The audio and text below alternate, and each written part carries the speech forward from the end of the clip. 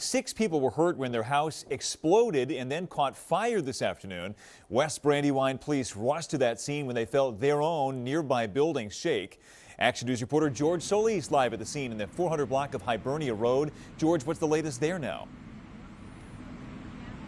Yeah, good afternoon, Brian. This is still a very active and fluid scene. Behind me, you may be able to see what's left of the home, a shell of the home, quite frankly, still smoldering. The thick smoke so thick at one point you could barely see in front of you. Amazingly, there have been no reported deaths.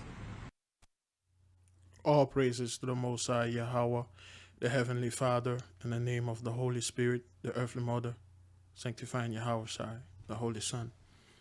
Brothers and sisters, Jews and Gentiles alike, welcome. This is your humble servant, Big Levi.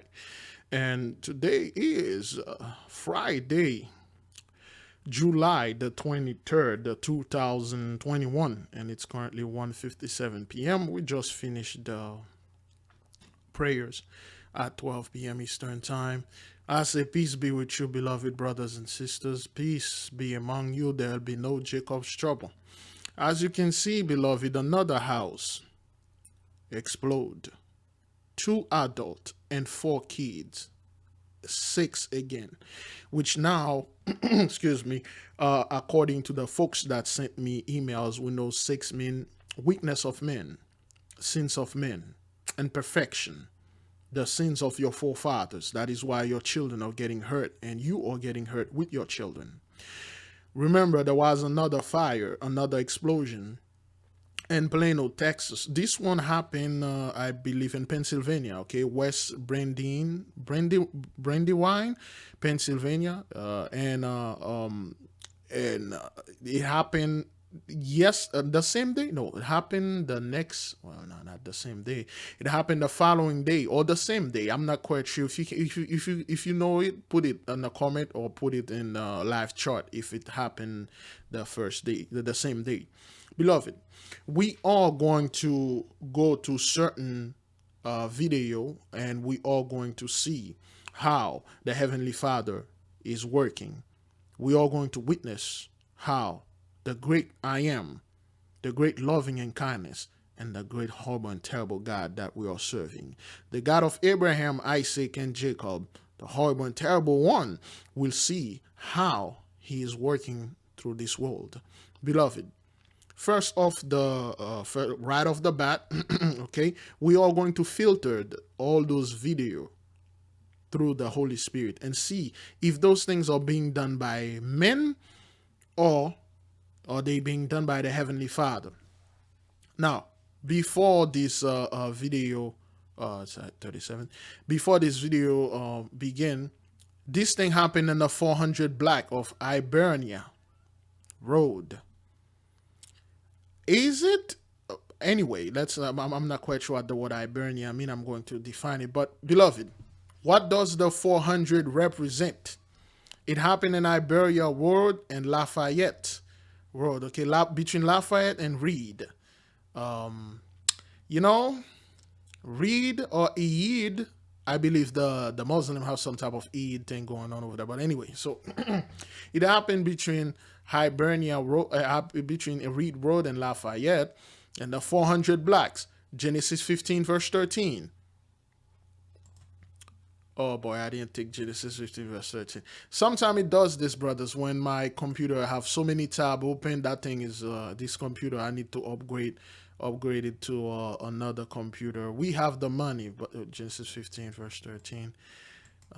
We have everything. It's just like, I love this computer. I have so many crap in it. So, you know, so I haven't changed it yet. But when you got all those things open, it will do that. Okay. So one of the reasons why I haven't changed the computer, our brother sent us a PC though. We have a PC here. This is a laptop.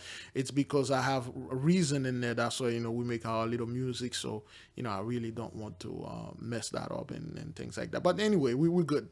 Genesis 15 verse 13. And he said unto Abram, know of a surety that thy seed shall be a stranger in a land that is not theirs, and shall serve them, and they shall afflict them 400 years. That's why we see the 400 black right there. The 400 years is over. This is the Heavenly Father doing this. Now, beloved, because of this thing that's happening right now, I want to remind everybody to keep the beloved sister Lisa Cabrera and True Ryle and their prayers. Okay, the AK at 10th hour, always keep the sisters in your prayer until they get back to their health. And thank the Most High for doing this. Give him praise and glory, because he's testing us. He's testing us, okay? Are we truly standing by his side? Are we truly supporting one another?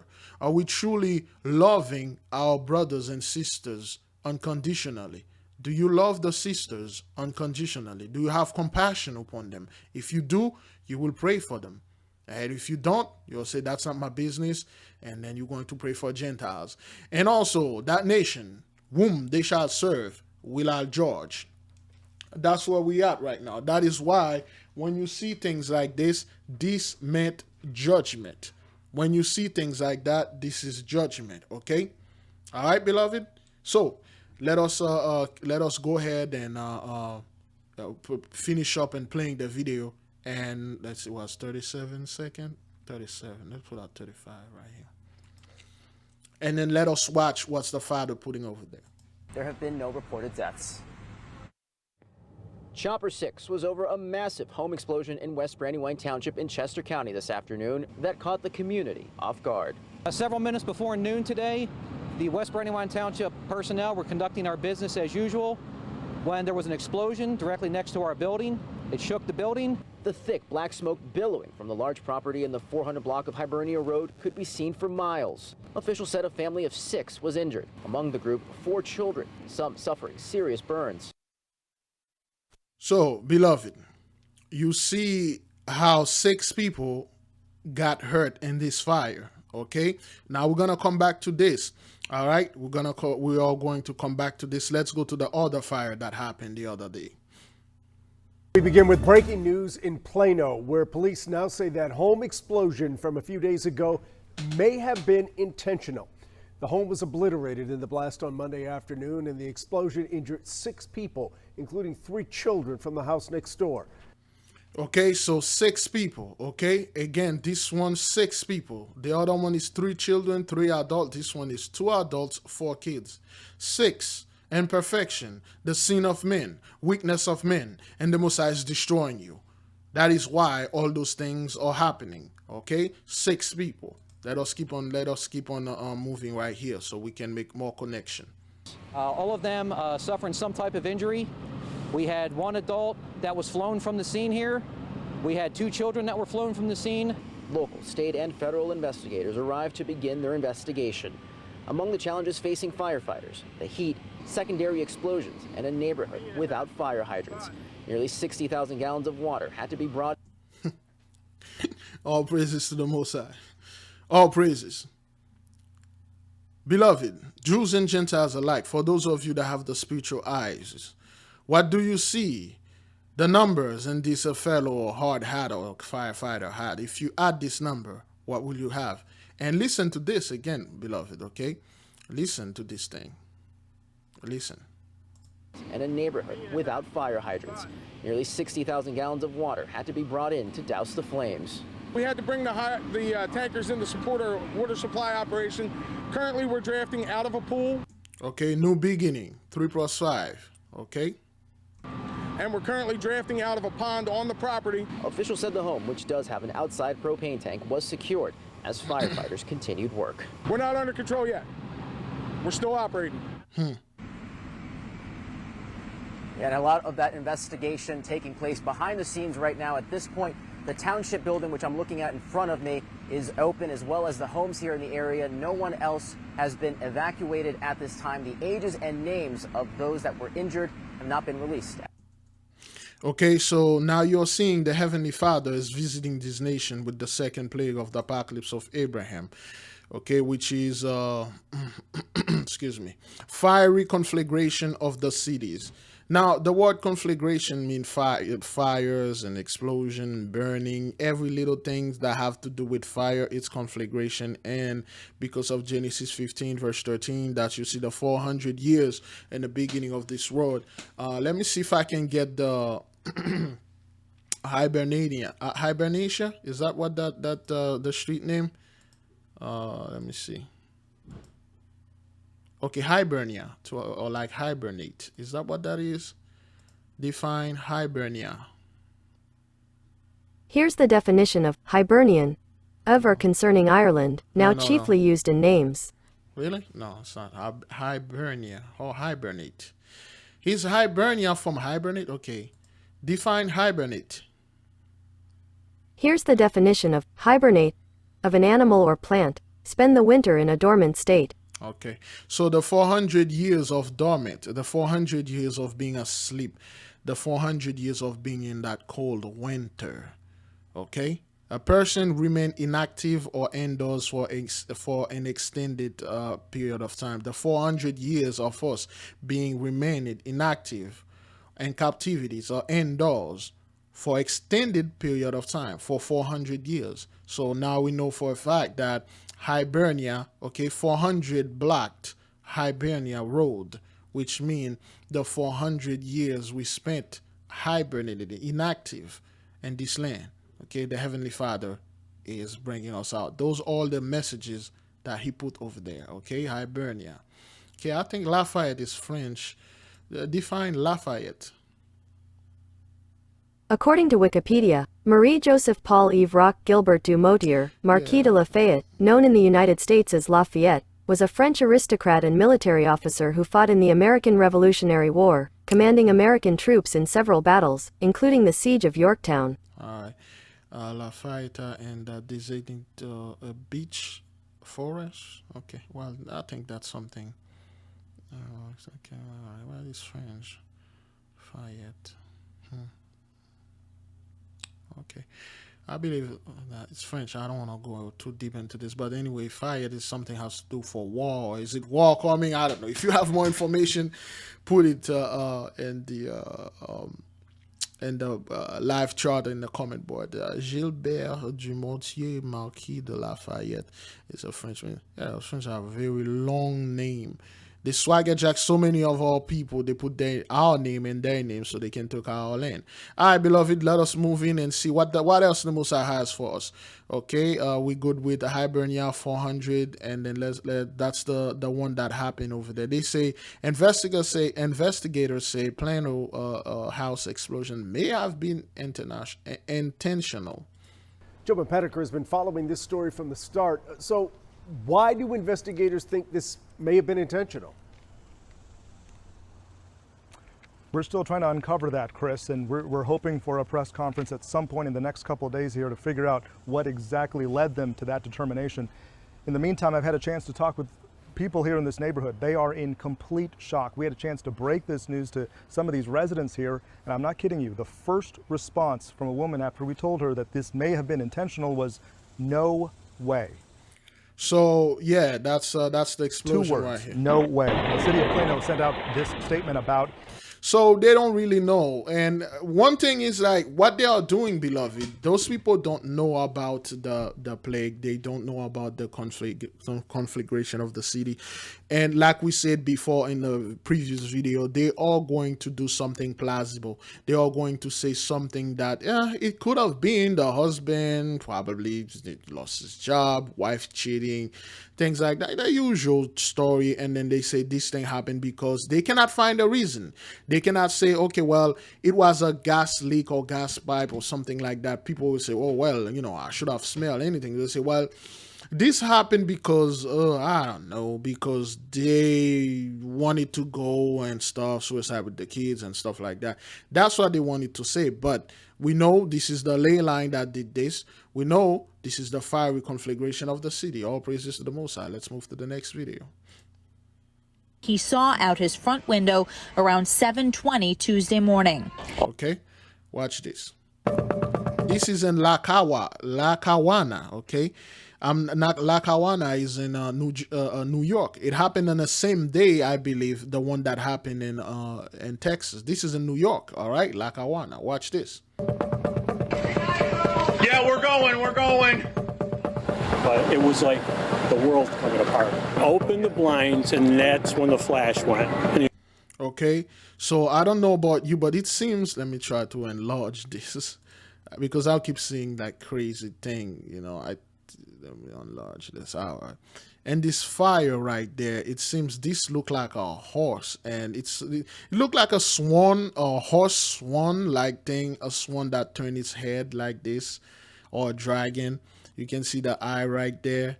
You can see the beak, and you can see the body slope down there. This is the leg. I don't know if you can see that. It's just turn his body like this. Okay. It looks like, let me see if I can, let me see. Something pop up in my head. A Dinka symbol. Here is information. Okay. Yeah, it looks like this. It looks like that that bird right here. It's like an African, a Dinka symbol. Okay, it look like the bird, like it's like a swan turn up his head, turn her head or something. Let me see if I can. Yes, something like this. But there was one that is a Dinka symbol swan. Is that what that is? Okay. Yes. All right. I'm not quite sure what that swan mean. Okay, the swan that turn is, I believe it's spiritual. When I used to study, you know, that symbol. Okay. Okay, you see. What's going on, baby? Yeah, you come in here and stuff. Hey, hang on. Let me just play this and talk to the wife and stuff like that. Oh, let me pause this right quick. Yes, sweetie, what is it? Okay, all right then. All right, so yeah, so again, it could be me, but it's look like the swan and that Dinka symbol right here. Okay, that just pop up in my mind. The Sun Kofa, most likely the Most High is, sending. Go back for it, learn from the past. No, that's what this symbol mean, but yeah, that's what that swan, that's what that image remind me of. It may be me, it may be I just look at this when I enlarge that, you know, but it looked like a dragon type of creature, you know, and then you see the head turn and then the eyes, the beak and all that. But anyway, so this is just me talking Hish. If you can see the same thing, let me know. And I gotta pause this, like what time is it, like 2:14? I'll come back whenever, so I gotta go somewhere with the wife. All right, let's go ahead, brothers. Explosion, and it blinded me for a few minutes. That's how bad it was. I saw a huge fireball, flames in the middle of where the basement would be. I've seen other fires, but nothing like this. This is totally different. Okay, so then again, those are experienced firefighters talking, beloved. Okay, when they are talking like this, that means it's really bad. This is really, really bad. These men, what happened here, I think, is it here or the other one? This, I think the other one, this explosion was so loud that it shook the fire brigade station that they had a couple of miles away. That's how they know there was a fire, and then they come running over here, okay? An explosion. This is sad, and it's going to hit later, you know, because we're a tight-knit community. Pictures of devastation. You're looking at an aerial drone image from a deadly house explosion in Lackawanna. There is nothing left of that home, and you can see the scope of the debris field spread throughout the neighborhood. Good evening once again. I'm Ashley Rowe. It is hard to find the words to describe the magnitude of the blast that killed a 92-year-old woman who lived inside. Let's give you some perspective here. This is a picture of what the house looked like before the explosion. It is a one-story ranch built back in 1964. Okay, so you got this, beloved, these houses, and they don't know what's going on, okay? They don't know what happened, and all of a sudden this thing blew up, and there was a little 92-year-old lady in there. She didn't make it, okay? And we don't know those people. We don't know this woman. We don't know what they did, but we're going to assume if this person was a Gentile, living 92 years old, they must have lived through the era of Jim Crow, to the era how people used to march. Okay, so, you know, that person was well aware of those things. Most likely that person voted for our people to be under. That person was in agreement with their ancestors, and then this happened. But we don't know that. And this is what remains of that home. Okay, look There at is this. nothing left but a pile of rubble. Neighbors have been giving us a glimpse of the aftermath from every angle. You can see the flames engulfing the site where the home once stood. This image shows us the sheer scope of the damage. Yep. The entire area littered with debris from the home, along with all of its contents. Just unimaginable destruction. It is. Now, as you can imagine, the explosion has left this community in a state of shock. The scene of the explosion is just a few miles south of downtown Buffalo. So what they just showed you here, for some odd reason, don't know why they stopped right here. This is the center of a ley line.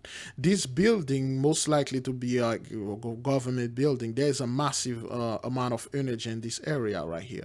That's why it is built like this. Those people don't build things like that because it looks schematically well, or it looks, blueprintly speaking, so to speak. I'm not an engineer. It looks pretty. No, because this is a massive ley line, okay, that are here, and also here, massive amount of energy they can draw. It's just a few miles south of downtown Buffalo. Several other homes were damaged along Bedford Avenue. That's right near Abbott Road. Again, this is in Lackawanna, and that is where we begin our live team coverage tonight. 7 Eyewitness News reporter Hannah Bueller has been reporting from the scene all day long. Hannah, what have you learned? Ashley, certainly a sad situation here in Lackawanna. You can just feel, being here all day, that it is an extremely tight-knit community, but we are as close to the scene as we really have been all day. We haven't been allowed to get past Sarah Place. Again, we are on Bedford Avenue here in the city of Lackawanna, but you can still see extremely active. There are, a number of law enforcement agencies here, as well as National Fuel, National Grid, and fire officials. And now 10 hours after that explosion, still no official word on how it started. Okay, that's the thing. They don't know what's going on, brethren. Listen. Oh man, I forgot to read the comments. Okay, somebody was saying this. This could have been much worse. I got it. Woke up. Another house explosion. Another house explosion happened in Texas. Sad day for both community. Okay, all right. They don't know what caused that massive house fire in Hemrest today either. They rule out this explosion. Still no answer. They have another one in Amrest. I'm not quite sure what that place is. So they really don't know why those houses are blowing up, but we know it's the ley line. We know it's the father. Very interesting and suspicious. There was a house explosion in Texas on the same day. Now, what they are seeing, brothers, they are seeing that the Heavenly Father is moving, but they don't know. They're like, this is not normal. This is suspicious. I'm not buying this. What's going on here? Wow, what's going on there? So, okay, dang. So this is different houses. An 82-year-old in Texas and a 92-year-old in New Jersey and New York. Probably the gas stove. That's the usual culprit. So they are looking for stuff, okay? All right? This is straight up bizarre. And they have zero theories or answer as to why this great explosion took place. That poor woman, I will pray for her. Okay, so they really don't know, beloved. Okay, the people are starting to question. This has to be at least 50 houses that have blown up this year so far. Made in America strike again. That is true. When you watch the videos that we upload, brothers, at least 50 of them, man. It's like every single month you got like 10, 4, 5, 6, 7 houses blowing up. They don't know what's happened. Some of those houses, brothers, they don't even use gas stove. They don't even use gas, period. Okay, I forgot to read the other one. Let me see if I can find it in my history. Let's see if we can read it. I don't think it's in there. Is that what that is? Okay, this one. Let's see if we can read the comments. Some developing news because you have to see what the people are saying. Okay, been a lot of explosions as of late. Okay, so what is with so many houses exploding? Is this a new trend? Seriously, what is happening? They don't know. Is that thing even recording right now? Maybe I'm talking this thing. Okay, it is recording. All right, that is good. They don't know, beloved brothers and sisters. Jews and Gentiles alike will tell them, hey, this is called the ley line and it is destroying you. All right, beloved, let us go. Why is this? Shut up, man. Okay, family pray. That sounds very coincidental that the fire department was conveniently in a building next to the exploding, burning house. Most likely they open a valve or something and cause. Okay, so they are looking for a cause. All right. Okay, now this is happening much too often. So we all have to ask, what do all these people know about the Clinton crime family? So, you know, they now there's conspiracy theories and stuff like that, but this thing happened way too much. You don't understand what lies beyond. There is no escape. There are no escape. Probably a gas leak. We don't know, but we over here, we do know it's the ley line. Okay, now, beloved, you see there are many witnesses. It's not just us making things up. It's not just us making things up. Those people, beloved, they are seeing things. They are seeing that so many accidents are happening. So many hit and runs are happening. So many are head-on collision, one-way crashes. So many shootings are happening on the highway. So many people are being drowned in the lakes and the rivers. People are falling off the dams. So many airplanes are falling off the sky. So many houses and homes are being blown up. So many shootings going all over for no reason. So many cases, so many floodings are happening, so many wildfires. What is going on? At one point, beloved brothers and sisters, they're going to have to tell those people something. They're going to have to tell them something.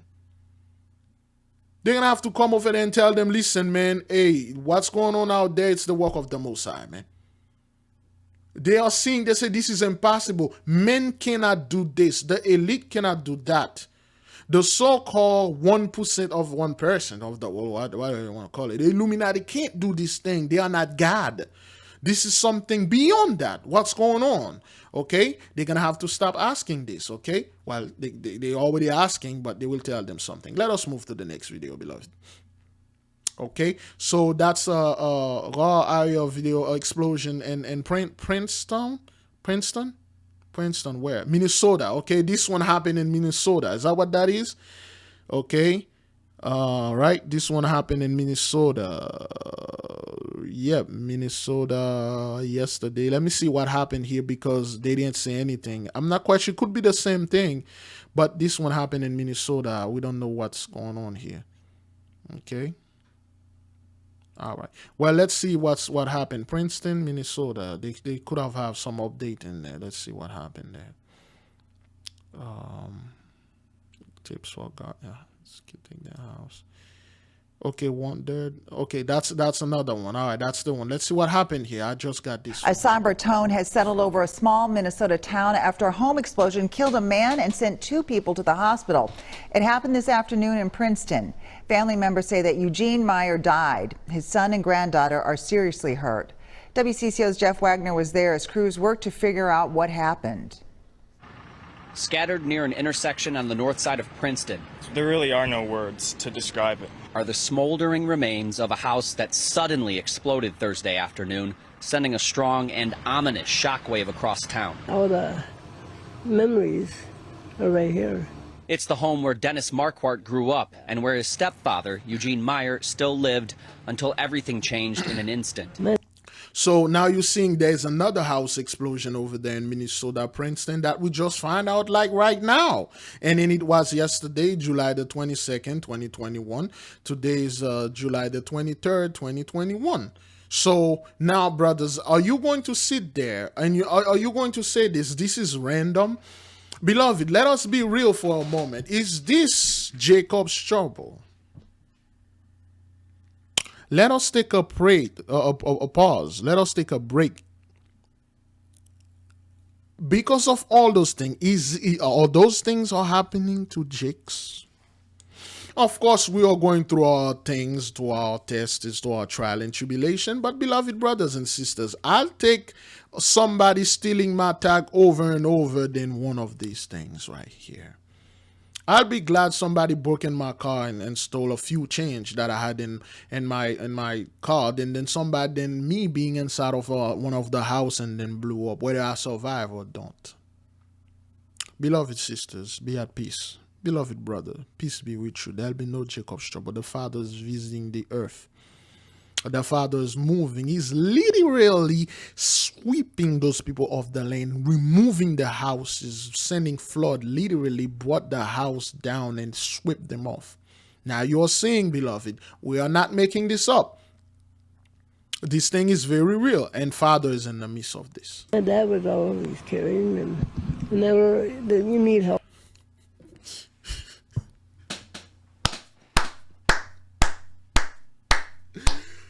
All praises to the Most High, beloved brothers. Is this Jacob's trouble? Maybe it is.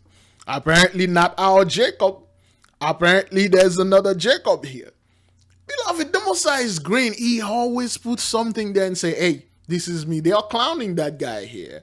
His name is Jacob Lemire.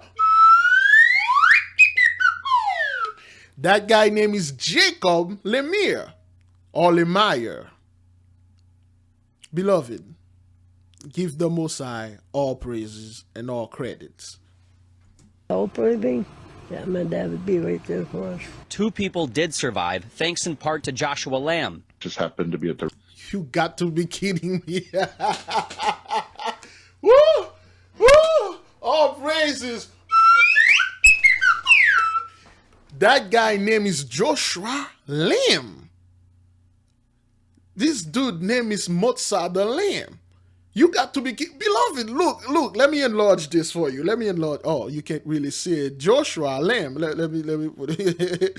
The dude father name is Jacob, I don't know his cousin or whatever it is, Jacob Lemire, and this dude name turned out to be Joshua Lamb. You can't make this up, beloved. Ain't the Most High amazing? His eminence is grand. Joshua Lamb, all praises to the Most High, man. The right place at the right time, that these people needed help. Who just so happened to be at his girlfriend's house across the street. So I looked outside and I saw a mushroom cloud across the street, and I knew that they were in trouble. He pulled Marquardt's stepbrother and niece to safety, both suffering from intense burns, among other injuries. When I got both of them away from the house, they just kept mumbling over and over that This is very spiritual right there, brothers and sisters. Joshua, the guy that took over the land for us in the place of Moses, went over there and saved those 2 people. The lambs saved them. The lamb that Moses slew, and then took the blood and put it on the doorsteps. Oh, man, this is, beloved, the whole thing. It's just like, wow. You know, when the Most High woke you up, brothers, you feel great. You feel amazing. I can't give this man praise enough. You know, he opened your house. Joshua Lamb, come over there and then pull those 2 guys out of the fire. It's all praises to the Most High, man. There was a third person. Dad or grandpa didn't make it. By then, the flames were too intense for him to run back in. Hours later, investigators, including the State Fire Marshal's office and Centerpoint Energy, inspected the gas line to look for clues as to why this tragic incident happened. It's really terrible, and it just kind of shows you, like, life is only, it's so limited. In Princeton, Jeff Wagner, WCCO 4 News. Okay, so again, they don't know what's going on, beloved. Let's read the comment. Okay, this is happening in another state too. Okay, they are seeing this. Okay, what happened in a gas explosion? They left the stove open. Something else. I need to know, what did the people investigating think? Probably those Chinese people. This didn't magically happen. Natural gas leaks, just like Plano, Texas. They are seeing it, beloved. This is what happens when you deregulated things. Now, once again, great. Always bring some stuff in there. Shameful, beloved. Listen, this thing is real. And it's not some type of fluke. It's not some type of thing that just randomly happened. And we've been seeing for the past year, since 2020, houses are being exploded. Oh, it's a gas thing exploded. Oh, it's this thing. Oh, meth and stuff like that. Watch our old videos, brothers. You'll see many houses exploding, okay? Is that thing even recording right now? Yeah, she did. All right, next video, beloved. Oops, I think we were writing this. All right, watch this. We remain following some breaking news out of Miami Gardens, where it appears a portion of a stage has collapsed outside of Hard Rock Stadium. The stage, one of several being set up for the Rolling Loud Music Festival. We have calls out to concert organizers, the stadium, and Miami-Dade Fire Rescue. As soon as we get more information on any injuries, we will bring that to you. All praises to the Most High. Another collapse in Miami. Let's read the comment. Miami needs not to build anything ever again. Miami needs to fire all the inspectors and start over. They are all taking bribes. That's not what happened, brothers. They don't know the Heavenly Father when He's doing His thing. They don't know what's going on. They're just saying these things. So, but the people are start noticing now. They are seeing that, yo, this cannot be a coincidence. This cannot be, this cannot be something that happened by chance. Something or somebody is causing this, okay? All right? Yo, Miami, y'all need to just take a break, okay? Whoever building these places must be high. Florida can catch a break. All these things happening in Miami, that's one place I never want to visit. That's 3 total of partial collapse in less than a month in Miami alone. What the F? Miami leaves the building to expert. Well, at least it collapsed before the people use it. Florida is on the shifty ground, in my opinion, okay? All right, so they are seeing this, beloved. The people start asking questions like, why? Why is this happening? They never heard anything like this. Why is it going? Why those things are collapsing? Why there is so many explosions and so many this and so many that? Judgment time. All praises.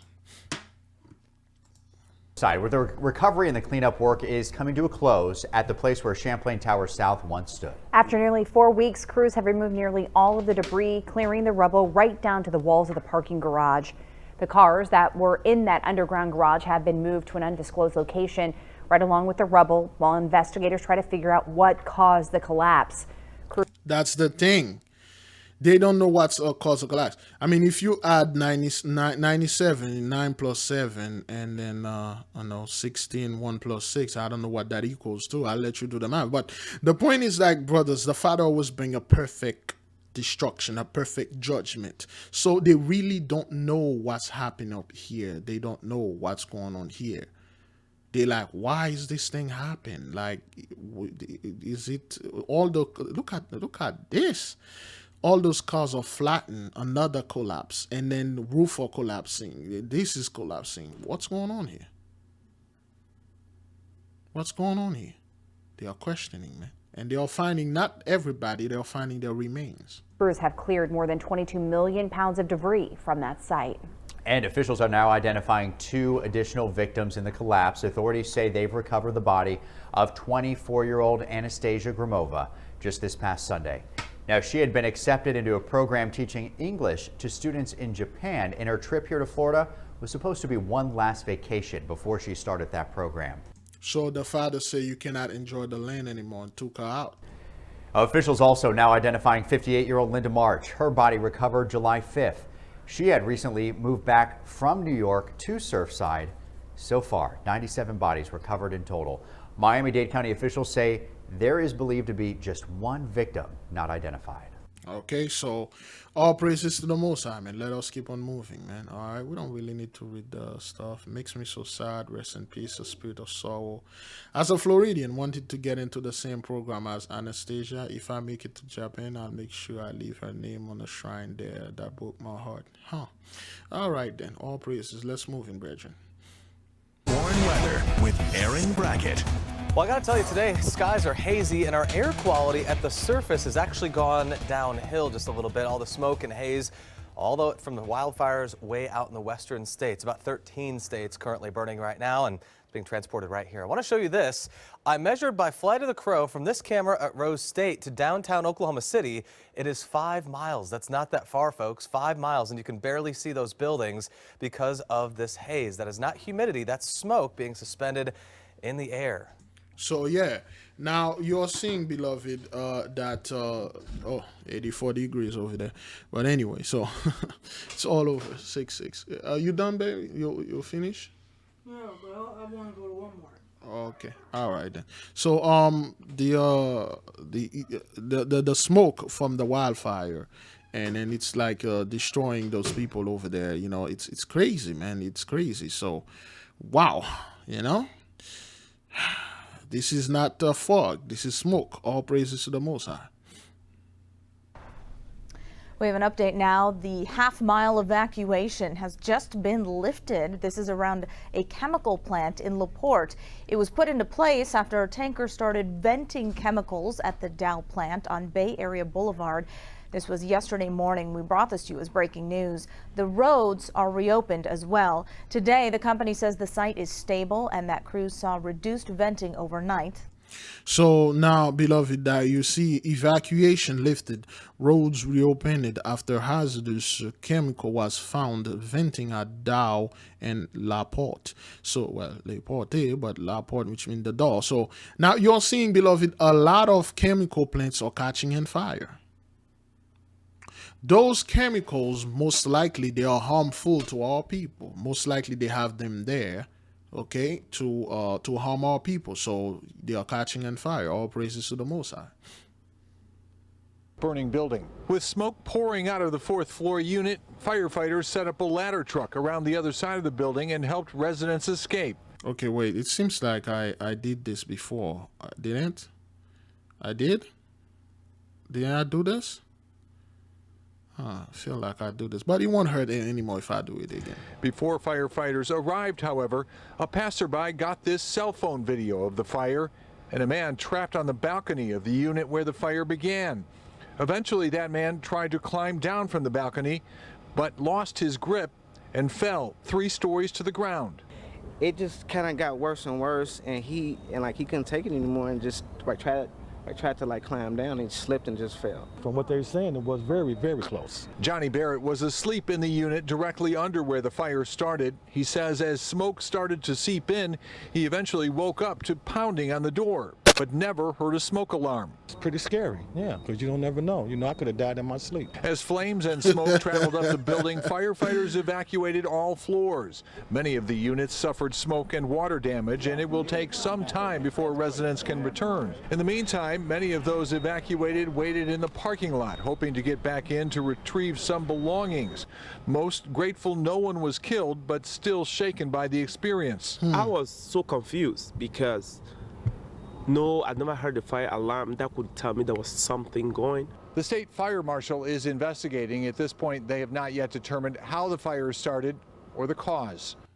Okay, so yeah, again, they don't know how those things started. They don't know what happened, but they'll keep starting it. So yes, this is like a video like you see a lot of this woman is Karen is being thrown off the plane. She cannot board it because she called the black woman a female dog, and you know, I think I have this video somewhere, but let us keep going to this. If you acted appropriate and you weren't disrespectful, then I would let you travel. But unfortunately, you called my employee a first of all.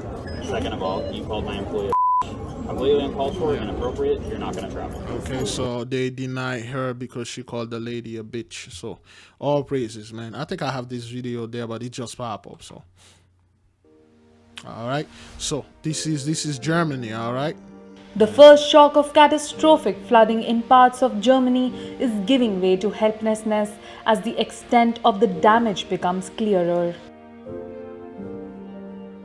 Aid organizations, private companies, the military and emergency services continue to clear roads and set up drinking water stations where the mountains of rubbish are growing and growing. Then again, this is your people technology. You do not have those high-tech technology you're claiming you have, and you can fight the Most High, you can stop any disaster, you can do this. You have none of those things.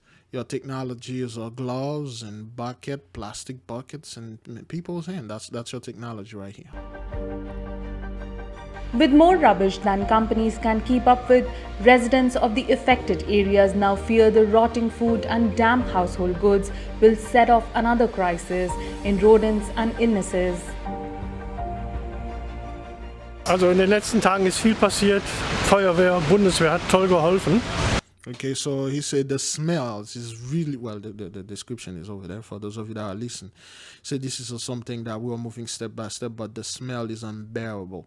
Smells of rotten food and stuff like that. But they don't say anything about smell about dead bodies, but they say, you know, smell about rotten food. So. Und Step by Step kommen wir ein Stück weiter. Es sah schon schlimmer aus, die Müllberge liegen jetzt überall. Aber das nächste größere Problem sind die Müllberge. Das Haushaltsmüll ist es stinkt überall. Es sind ja verdorbene Kühlschrankinhalte, Gefrierschrankinhalte. Okay, so we have beaten Corona, but if we now get this bacteria, you never beat. Your people are still proud, man. You haven't beat anything. Und die Leute wissen nicht mehr, wohin damit. Wir haben Corona bewältigt, aber wenn wir jetzt die Bakterien... You alright, sweetie? What's going on? You don't see mommy in the room? Go look in her room. Die Viren und die Ratten hier hinkriegen, das ist unser Problem. Deswegen muss als nächstes das Müllproblem gelöst werden. Okay, alright, so it's gonna cause a problem. Okay, so For immediate relief, the federal government will initially provide up to 200 million euros in emergency aid, and Finance Minister Olaf Scholz said more funds can be made available if needed. That will come on top of at least 250 million euros to be provided from the affected states to repair buildings and damaged local infrastructure and to help people in crisis situations. Okay, so there you go. There he goes again. So that's they got another plague now, the foul smell, because the garbage that they have, it's not normal. They weren't supposed to have that much of a trash, but it's a lot of rubbish out there. All praises to the Most High. Okay, so a wildfire in Oregon that has been burning for weeks was found to have been ignited by lightning and smoldered for days before it was detected. That's according to forest officials on Wednesday. The so-called bootleg fire is the largest of dozens of wildfires currently burning across the United States. How many fires are currently burned to the United States, beloved? Let's listen to this. Type it in the comment board. Bootleg fire is the largest of dozens of wildfires currently burning across the United States. Good. Its origin came to light as ground... Okay, what step we are here? National Forest, what step? crew of more than 2,000 people made increasing headway in curtailing the blaze. They were helped by calmer winds, cooler temperatures, and a slightly higher humidity over the past 2 days. Officials say the blaze is now growing at a slower rate as it enters an area with less vegetation to burn. But the fire is still on track to becoming the state's third largest on record since 1900. It has so far burned through an area well over half the size of Rhode Island, nearly 400,000 acres of tinder dry brush and timber. Wow. It is so large that it's even generating its own weather. That's what's amazing about this thing. It's generated its own weather, beloved. Capable of spawning lightning storms, which can in turn ignite new fires. All No praises. fatalities or serious injuries have so far been reported, but dozens of homes and more than 100 outbuildings have been destroyed. The bootleg fire adds to an unusually heavy... Silver Lakes, 39. 28. Tell Yasharala you're in step number 10. It is done. All praises, man. Always. Heavy start to the western fire season, with about 80 major active wildfires reported in 13 western states this week. More than 1.3 million acres of land has already been scorched. Experts have attributed the extreme weather to climate change. False. This is all of the Most High. This is plague number 2, beloved, fiery conflagration of the city. All praises to the Most High. Let's move to the next video. Tonight, the suspected gunman in the Bronx shooting that put 2 children in the line of fire is in custody. CBS 2's Kieran Dillon live tonight in the Mount Eden section of the Bronx with more on that. Kieran? Dana and Jessica, officers just walked the suspect out of the 44th precinct here in the Bronx a short while ago. Police have identified him as 27-year-old Michael Lopez. He's now facing a slew of charges. Michael Lopez held his head up as he was escorted by detectives out of the 44th precinct in the Bronx. Sources tell us the 27-year-old has a gang affiliation and is well known to police with a lengthy previous rap sheet. So this dude is 27 years old. Interesting. You know what to do. And remember that shooting that happened a couple months ago? They got that guy almost a month ago. They got him like June 25th. He did the shooting somewhere on like a week before that.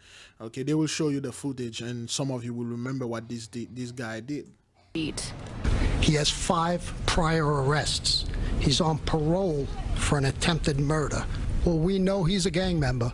And that's one of the things we are looking into. The investigation is still early, but he's a gang member with a gun on parole. The NYPD announced the arrest at a press conference late Friday. This after surveillance video shows a suspect blast bullets at a 24-year-old man in the Mount Eden neighborhood last Thursday evening.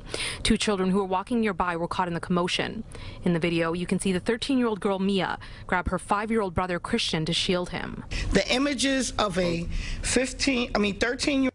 Okay, so that's what happened. This guy, you know, the kids almost died, man. This is crazy. This guy, you know, he run after the guy and then he shot him, and he missed. Most of his shot missed, and the guy that he shot, he didn't even die. Man, those people, man, the two-thirds, the Gentiles, man, those people go at each other's throat. Watch this. 13-year-old girl shielding her 5-year-old brother from bullets fired by a gunman in broad daylight on a Thursday afternoon. That heart-wrenching video was seen around the world. Sources say Lopez has a gang affiliation to the Make It Happen boys. He has 5 prior arrests, including 1 for attempted murder. He now faces multiple counts of attempted murder. He missed all those shots that he keeps saying. He missed most of them. He hit the guy like once, and the guy is in the hospital, is doing fine. But he could have killed those little 2 kids, man. Wow. Assault, criminal use of a firearm, and reckless endangerment related to this case. It came in like it's like right on top of the guy, but he missed. People who live in the neighborhood are thrilled with the arrest. You know, if the guy didn't run to the kids, he would have killed them. If the guy didn't trip to the kids, he would have just chased him down and killed them, you know, but he tripped on the kids is sacred. They shouldn't have to go through that. I'm glad they caught him. That's all I can say. I'm glad they caught him. Meanwhile, police say the 24-year-old male victim made his own way to the hospital in stable condition. That's the thing. That guy, he did.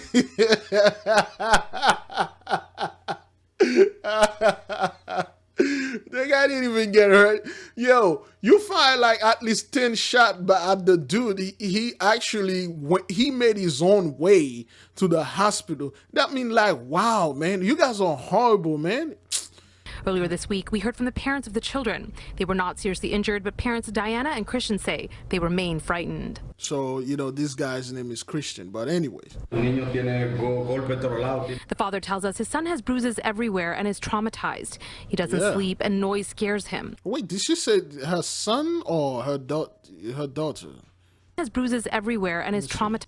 Christians say they remain frightened. The father tells us his son has bruises everywhere. His son? Which one? Oh, okay, the little boy, all right. And is traumatized. He doesn't sleep and noise scares him. His daughter is also sleeping next to him. Yeah, he traumatized. The kid is being traumatized, man, because, yo, that's like a death thing going on over there. But they catch that guy. All praises to the Most High, man. Crazy stuff going on out there, man. Put up a fight. So, that's this dude right here. So, and let's watch this, and then we'll have a little talk. For the first time, Larry Miliete has been named a person of interest in the disappearance of his wife, Maya Miliete. Welcome back. I'm Carlo Cicchetto. I'm Jesse Pagan. As News 8's David Gofferton reports, the revelation came from a city attorney in open court right before the judge ordered all records unsealed and a gun violence restraining order filed against the husband. Good afternoon. We're on the record in the matter of the San Diego Police Department versus LM. Court records in the gun violence restraining order filed against Larry Miliete had been sealed temporarily before officers seized his entire gun collection from his home in Chula Vista. That original sealing order had a time frame for it. It was not a sealing order that was intended to be in effect forever. On Wednesday, at the request of News 8, San Diego Judge Catherine Bacall agreed the records should now be made public. And then came this from San Diego Deputy City Attorney Jeff Brooker. Larry Miliete, the husband of missing mother Maya Miliete, is a person of interest.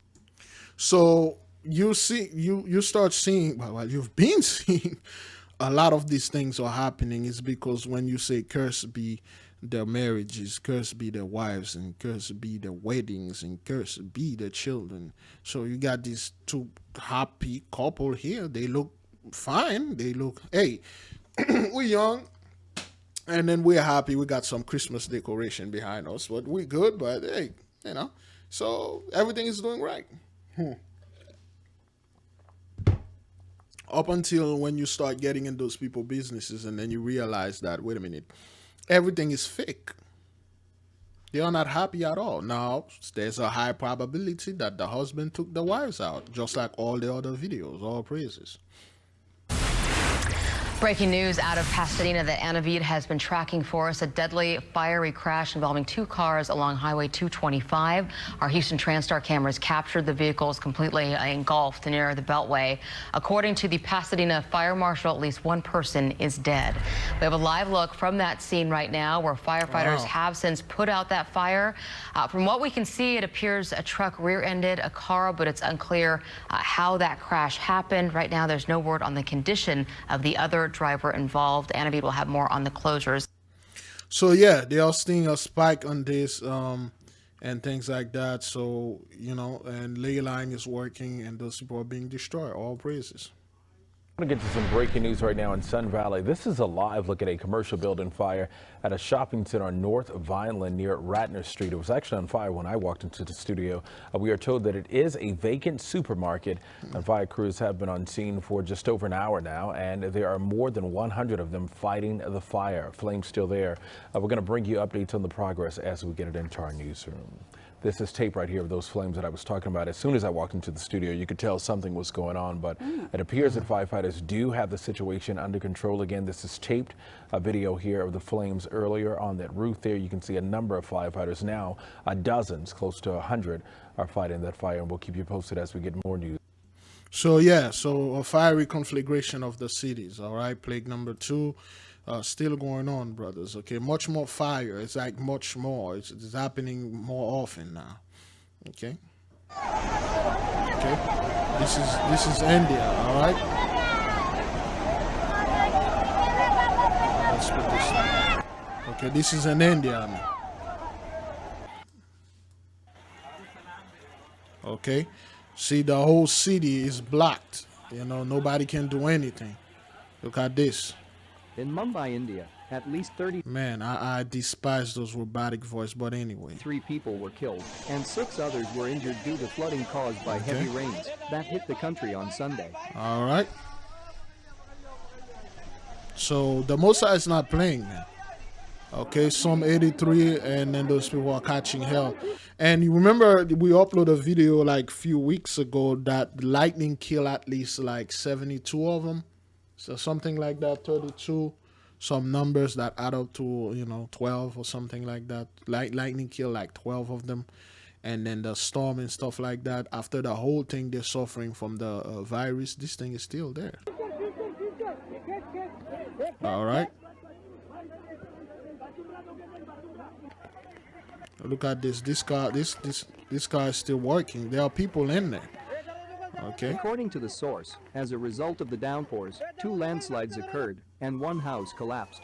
Also, 3 cases of electric shock. Okay. See, destruction is all over, man. You cannot deny this. All right, let's go. All right. Okay. All right then. So, all right. So let's keep on going. All right. So look at this. Okay, this is no joke, brothers. This is no joke, sisters. Okay, those are not rivers. Okay. According to the newspaper, severe flooding occurred in the eastern and western suburbs. Look at this. Look at the wave, brothers. Wow. Okay, this isn't a river. This is a street. You see China, Europe, and then now this. All right, now this. All praises. Mumbai's roads are flooded. Water washes away the pillars of buildings.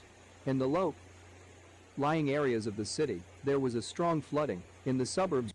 All praises to the Most High, man. Let's move to the next video. And breaking news tonight, police searching for the driver they believe may have caused a devastating head-on crash, leaving 2 people fighting for their lives and a third in the hospital with serious injuries. So you see how those cars split in half, how those cars mingle, brothers. This is not normal. 11 o'clock. Good evening, everyone. I'm Jeff Gianola. And I'm Elizabeth Din. As you saw in those photos, this crash totaled both cars, leaving debris scattered across Northeast Gleason Street. Jacqueline Abad on the scene right now with the latest for us. So what can you tell us, Jacqueline? Jeff, Elizabeth, well, as you can see behind me, it's still an active scene. Northeast Gleason closed between 112th and 114th. Now, during this crash, 2 men were ejected from a car and are in the hospital with life-threatening injuries. Another person was taken to the hospital with fractured legs. Now, take a closer look at the scene of the crash. You can see those cars mangled in that head-on collision. One of the engines torn away from one of the cars. The head-on crash happened just after 4:30. Investigators say the suspect's car hit another, pushing it over the center line and caused a head-on crash with the car driving the opposite direction. That's the thing. They're always driving the opposite direction. So all praises to the Most High, man. And the car hit one probably in this lane and throw it toward the other car that was driving the right direction, but the opposite of themselves, and then hit the other car. All praises, all right? So I'll come back to this and let me see, on our days, let me see. Police now looking for that suspect driver who left the scene. Portland Police's major crash team is on the scene working with assault detectives as well, and they are currently on the scene. As you can see, there's tow truck drivers as well behind me. Okay, all praises. I'll be back. It's 2:57. I don't know what time I'm going to be back finishing this. All right, 3:28, I'm back. It take that long. So, yeah, man. So those people are seeing and they are witnessing that a lot of things are happening. So a lot of accident, okay? All 3 of those mass shootings happened in Chicago on Wednesday night, just some 6 hours apart. It happened at 3 scenes, 2 in North Lawndale and 1 in Lincoln Park. In all, 18 people were shot, 1 of them killed. So 18 people, you know what to do. 1 of them killed. So, and you know, Chicago is like, this is the hub for the Joabites, the descendant of Joab. For those of you who don't know, Joab was the right hand and left hand man of David. Okay. So the curse of Joab. Okay, 2 Samuel 3:29. Okay, so boy, this can't even. I don't want to accept any cookie, man. Let's get them somewhere else. 2 Samuel 3:39. In the book of the throne of David, you read where David cursed Joab because of what Joab did, man. Joab was like an OG. Okay. 2 Samuel 3:29. Let us rest on the head of Joab and all his father's house, and let there not fail from the house of Joab one that hath an issue, or that is a leper, or that leaneth on a staff, or that falleth of the sword, or that lacketh bread. So, in the book of, let me see if I can get it. The throne of David. So yes, and the book of the throne of David by J.H. Ingram. They give you more details on what the curse of Joab was. Okay.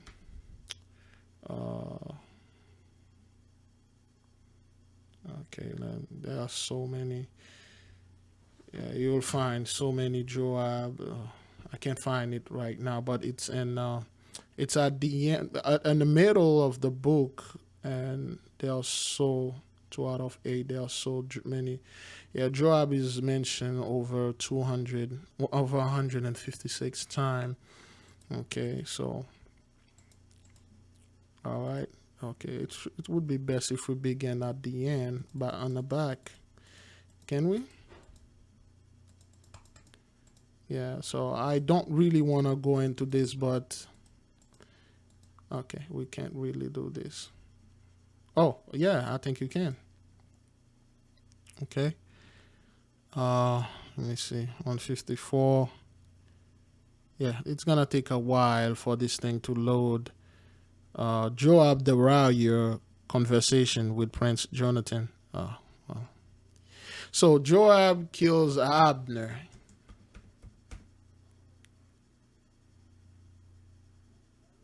Joab killed Abner. So anyway, so Joab, he killed Abner, he killed Absalom, he killed a bunch of guys, and David cursed him. So that's why you see all those things are going on. It's the curse of Joab. It's part of this. So we need to send a fast for them, for Joab, and see if the Most High will listen to our petition. All praises. So let us move into this, man. CBS 2's Mugo Digwe is live in Lincoln Park at the scene of the latest shooting. Mugo. Yeah, good morning, Ryan. So we are on Clark and North Avenue right now. And just a few hours ago, there was a party bus parked out here, right where you see those cones there. That's where that party bus was. It is part of an investigation. That's why so many police officers were out here earlier. We want to show you what that looks like. Take a look. You can see that party bus here surrounded.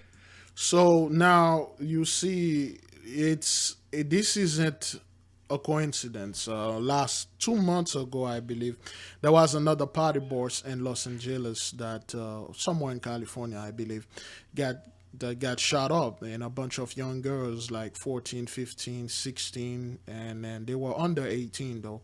They all died, and the guy that they wanted to shoot, he survived. So, and then you saw this happen again. That's at least the third or the fourth time this happened. So, and again, the 2/3, they really don't care. All they want to do is party all the time and, just enjoy the blessing too. That's what they want to do. And because of that, the father is pretty pissed off. And I'm not telling all people, okay, well, partying is all wicked and stuff. And if you listen to music, you dancing and stuff like that, you're worshiping another god and all that stuff. That's not what I'm saying.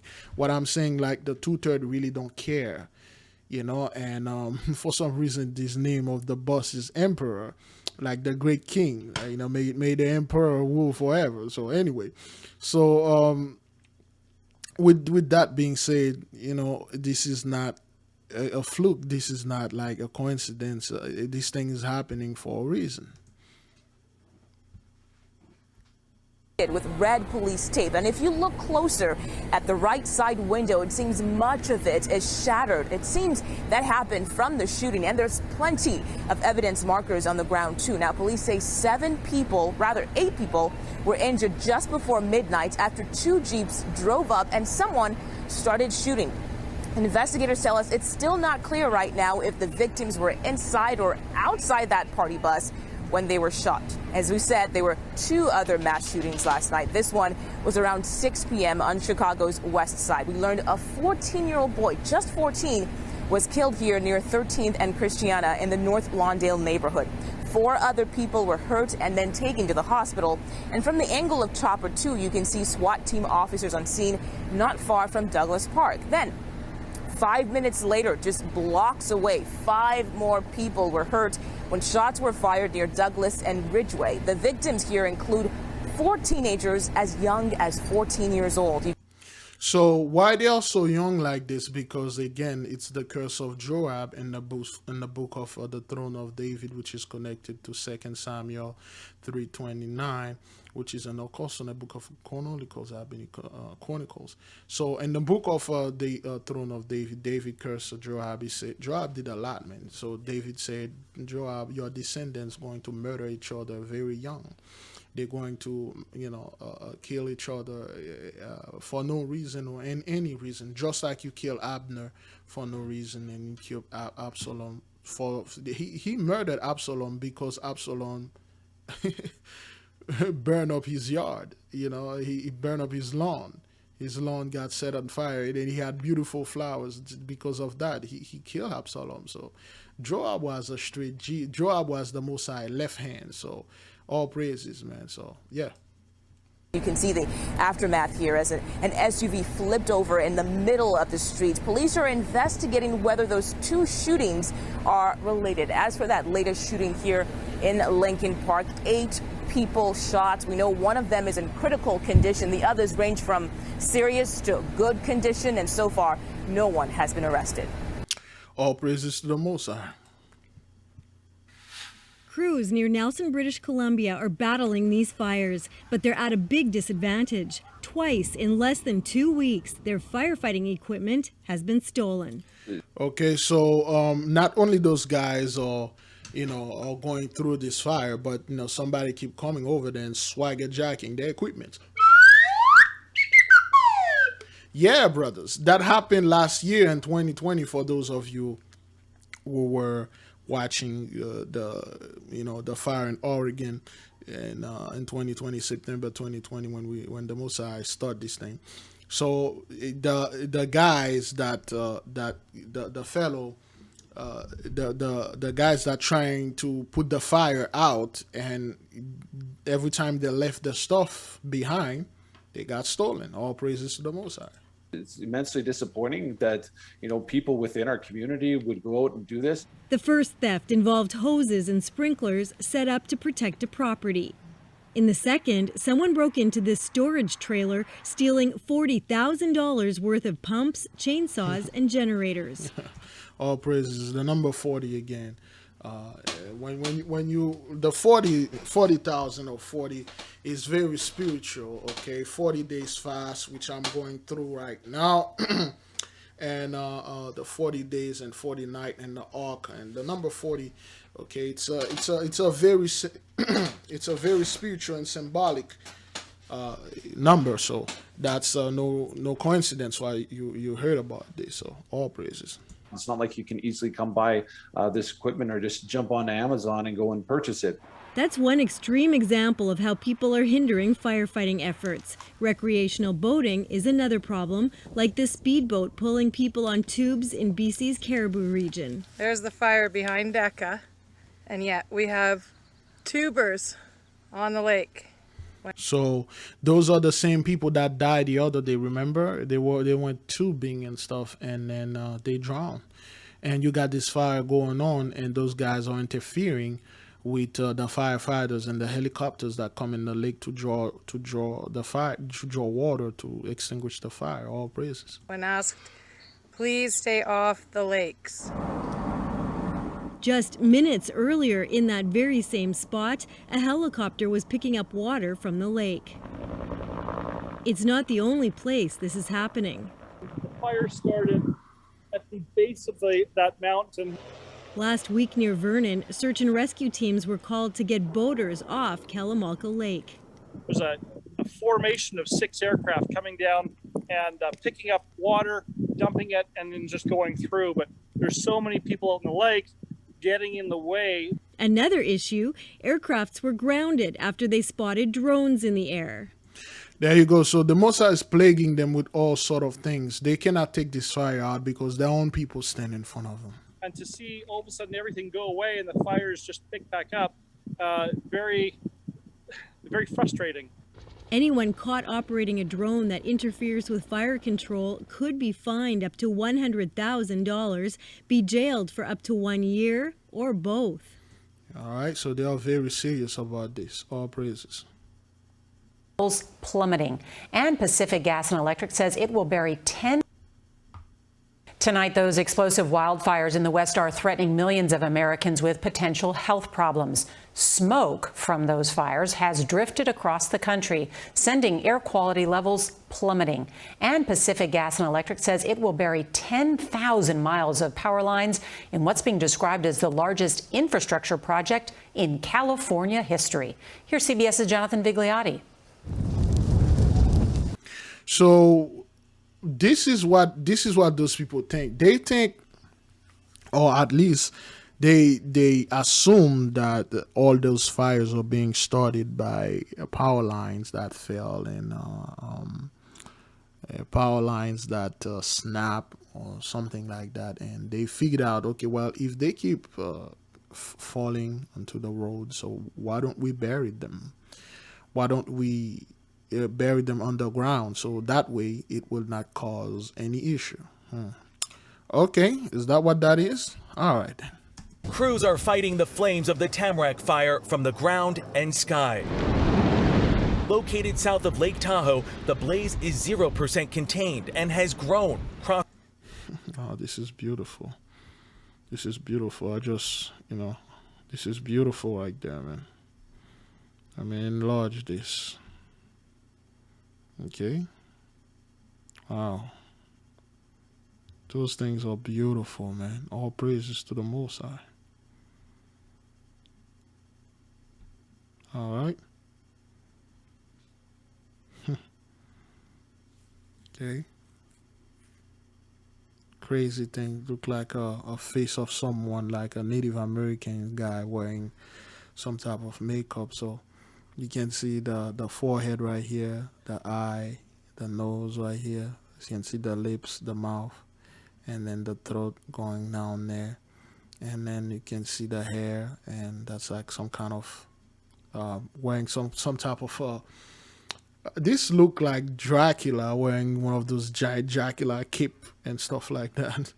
And then he wore some type of crown in his head, you can see this. I don't know. And then this fellow, it's like a demon, it's look like a demon. This is the wing of the demons. Okay, that's the left ring and the right ring. And this is the throat, this is the body, this is the back of it. Look like a scary kind of like demon. And then that's like a horn in the forehead, like a rhinoceros, So this is the ear, the nose right here. Crazy things, we are seeing in the fires, bridge, and it's just beautiful. Okay, the burning bush, beautiful, man. You see the contrast, and the Messiah is grand. All praises, man. Crazy. All right, let me just crossing state line. It's gonna take all my spaces, so. All right, let's do this. Lines into Nevada. We got 10 minutes to get in and get what we can get, and then it's time to leave. Extreme heat and drought have also created tinderbox conditions in southwest Oregon, where the bootleg fire has burned more than 394,000 acres. Crews from Arkansas, Nevada, and Alaska are joining more than 2,000 personnel battling the fire there. Today, California utility PG&E pledged to bury 10,000 miles of its power lines after its equipment possibly touched off the Dixie Fire near the town of Paradise. 78 active wildfires are burning in the West. Those flames, coupled with the Canadian wildfires, are blanketing much of the United States with. So what happened is, it's not only the fire from quote unquote the West Coast in California, Oregon, and Idaho. It's also the fires over there in Canada. They form one and then they make their own weather. Noxious smoke affecting air quality and triggering health alerts thousands of miles away. If fires are a more frequent thing, if they are more intense, we could very well see more of these kind of events. Doctors say breathing in fine particulate matter released by wildfires can increase the risk of heart attacks and strokes. Okay, and with that being said, brothers, you still believe people think this is a game. They think this is fake. They think like, well, this is not real and stuff like that. Whatever, man. All right, on the next video. We're standing at a fire camp in Bly, part of southern Oregon, freshly scarred by the bootleg fire. Now, we were told last week there were about 1,300 firefighters on the ground total fighting this fire. They've added about 1,000 since then. And at the same time, a lot of the families who pretty much lost everything to this fire are now left to clean up and wonder when help is coming. Tuesday evening in southern Oregon, the heart of the bootleg fire's massive wake. Oh, there he is. Tim McCarley met us at the end of the dirt road that leads to his house. You'd never know what he'd just been through. Felt like I did this before, but it won't hurt, so let's watch this. Tim, how's it going? Photographer Scott Williams and I followed McCarley's lead and soon saw clues of what's to come. Hotspots, smoking in the distance, flame retardant drops paint the ground a reddish hue. We've arrived. This is what the McCarleys have left after fleeing the fast-moving flames. Okay, so as you can see, beloved, now those two fellow, You know, they don't look like the typical Israelites. They don't look like the typical Hebrew Jacobites. They don't look like the typical, you know, Hebrew fellow that are quote unquote under the curses of the 400 years, but yet their houses are burnt down, and then the only thing that left is the house behind them. And then listen to them, listen to what they're saying. If we didn't get out when we did, we all would have been dead. So much on their property near Bly is destroyed. Son David's home is gone, as are most of the family's possessions. Another lost vehicle there, 2 lost vehicles back there. Heirlooms and appliances were packed in these trailers while Tim and Dee built their dream home. Okay, so what they were trying to do, they put all their belongings in a trailer, and then they were building a home. So the home they were building, it's not finished, but all the belongings, they just perished, plus that old house that they had. So all praises to the Most High. Somehow the house survived, but it's empty. I know it's stuff, but it was my stuff. So now, beloved, you always wonder, you always said, you know, why would the Most High do something like this? Why would the Heavenly Father do this to a poor, innocent, you know, woman, or poor, innocent senior citizen? Why would this happen? Why would the Most High do this? So for those of you that have the spiritual eyes, tell me what you see around her neck. Beloved, this isn't the first time we are seeing things like this. Practically every single videos that we make, we saw the Heavenly Father is targeting a very specific group of people. This isn't no joke. This isn't a coincidence. This is real. Okay, but I know they were stuff, but they are my stuff. Okay, on the Most High's land, you have none. Because you still carry the mark of the beast. You still have this cross in your neck. You still have this crucifix. You still worshiping another God. The Most High say, no more in my land. And he's sweeping you off the land. All praises to the Most High. Thank you, brothers and sisters, for those of you that have the spiritual eyes to see what's going on. You know, stuff that I valued. Nobody else. The McCarleys aren't alone. Bootleg has burned close to 70 homes and 100 outbuildings. Okay, 70 homes. Again, those numbers are significantly spiritual. Okay, the 70 shepherd, the 70 70 weeks of Daniel, and I always say the 70 days of Daniel, but the 70 years of slavery in Egypt, doing the 430 years stay, 170, all those things. Okay, so this is perfect. The Most High is moving through these things, beloved. At roughly 400,000 acres, it's the biggest wildfire in. Okay, at roughly 400,000, she could have easily said like 394,407, but again, she has to bring the 400, the magical number 400 in there, because the 400 years is up, pay up. Okay, that's why you got all those things going on out there, beloved. Again, beloved, this is not a joke. This is not something we're making up, we're trying to force, and then I know people will try to look for excuses, but this thing is real, man. And then, you know, it's not fake. It's not like CGI, as the Gentiles want to make you believe, oh, this is all CGI. Well, you're not smelling any smoke. It's all like, you know, some fat guy, you know, flatulence and things like that. All praises. In the country, larger than Los Angeles. And the effects stretch coast to coast. Wednesday morning, people in New York and D.C. woke up to smoke wafting in from Bootleg and other West Coast fires. Back here at home, new aerial video shows Bootleg's power, strong enough to create its own weather, including lightning. Speaking of, firefighters now say lightning is what started the fire. At this sprawling fire camp, seasoned wildland crews say they're working 16 hours a day. It's moving as if it was moving through grass, you know, on a normal day. But they're estimating a mile an hour through heavy timber, which is extremely significant. That said, they have made progress. Bootleg is now 32% contained and shifting northeast toward less populated areas. So what they're gonna do, what those people do, beloved, this is putting lipstick on the pig. This thing is already a mess. They lost this thing, and then There's nothing they can do. All those people houses destroyed. What they're gonna do after that, once this thing is over, they're going to claim victory. They're going to put those firefighters in your face like they are superheroes. They're going to say, okay, oh, those men risked their life. Oh, red life matter. Oh, yeah. So those guys are heroes. They save houses and stuff. Wait, what do you tell? 70 homes destroyed. No home should have been destroyed. But 70 of them got destroyed, and then now you guys come in our face and call those guys heroes. It's the same garbage and rubbish and trash they brought to that pancakes that happened in Miami. And then they're like, oh, the heroes are here. They're going to save people. And then at the end, they actually humble down. They apologize, and they say, we failed. Okay, that's what they're gonna do. Once this thing is over, they're gonna claim like, oh man, if it wasn't for them, you would not be here. And firefighters are moving with it. That's left people like the McCarleys on their own.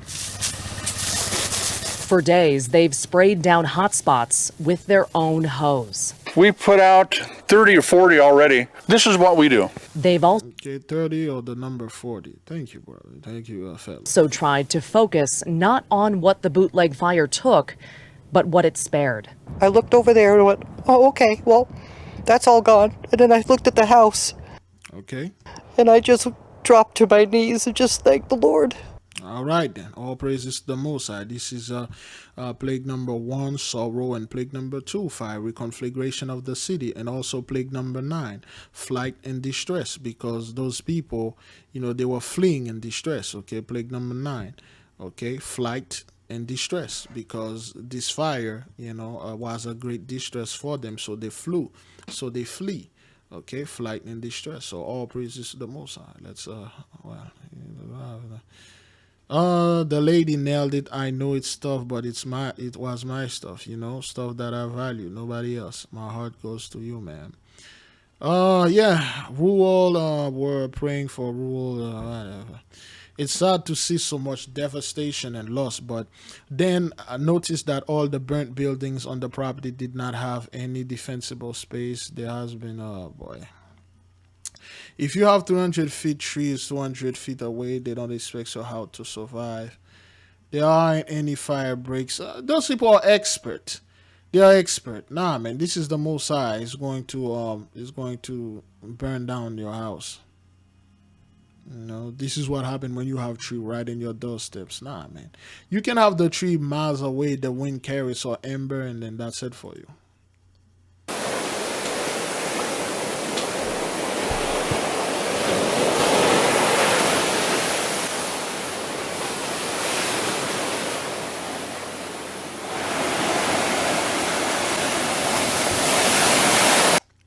So that's a tsunami that struck Costa Rica at 7.0 magnitude. Okay, that happened the other day, and then flooded the place. All right, flooded the place, flooded the whole place. So the Most High is not playing, man. And I mean, powerful magnitude yeah. 7 earthquake struck off the coast of Panama Wednesday afternoon. The quake was centered about 30 miles to the south of the Punta de Rica Peninsula, south of the border between Panama and Costa Rica. So yeah, you'll see this, brothers. The Most High is not playing. All praises to the Most High, man. Surveillance video in a deadly shooting in Philadelphia. Police are looking for 4 suspects in connection with the killing of a 21-year-old woman on East Cambria Street on June 28th. The suspects were riding in a silver Jeep Cherokee with the Pennsylvania tag LRW5. So a 21-year-old woman, okay, reverse. And then you can see those people walk. I don't know what happened, brothers. I'm not going to say that they did it, but I assume that if they did it, they just walk around as if nothing happened. You guys just murdered somebody. They're just walking like a normal day. They were just walking around, okay? So all praises, man. So this thing is going on, and the Most High is taking out the 2/3, and the 2/3 is taking themselves out. Killing of a 21-year-old woman on East Cambria Street on June 28th. The suspects were riding in a silver Jeep Cherokee with the Pennsylvania tag LRW5041. A $20,000 reward is being offered for information in the case.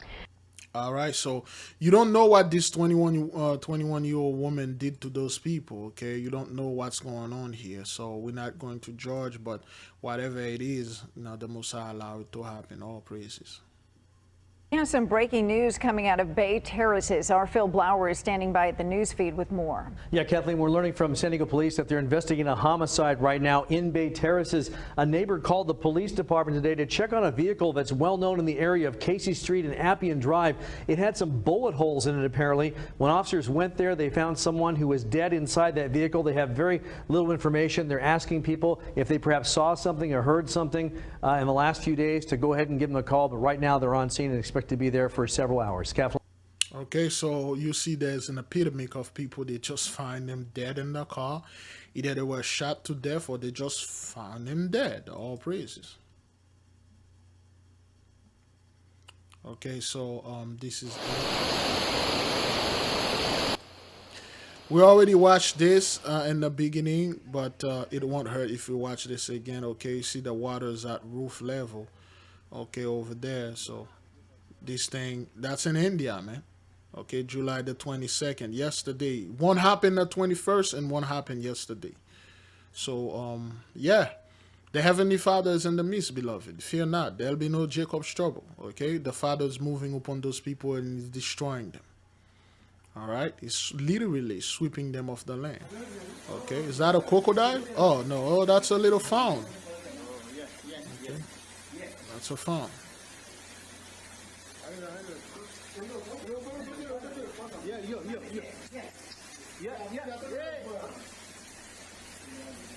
It's a little fawn.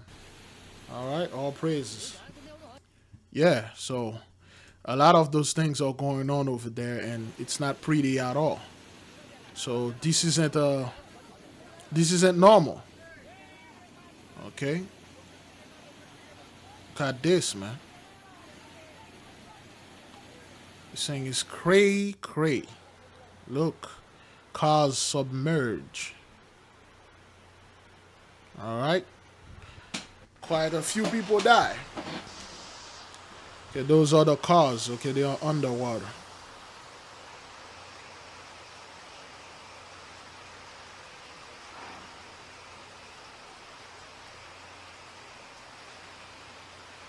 Wow.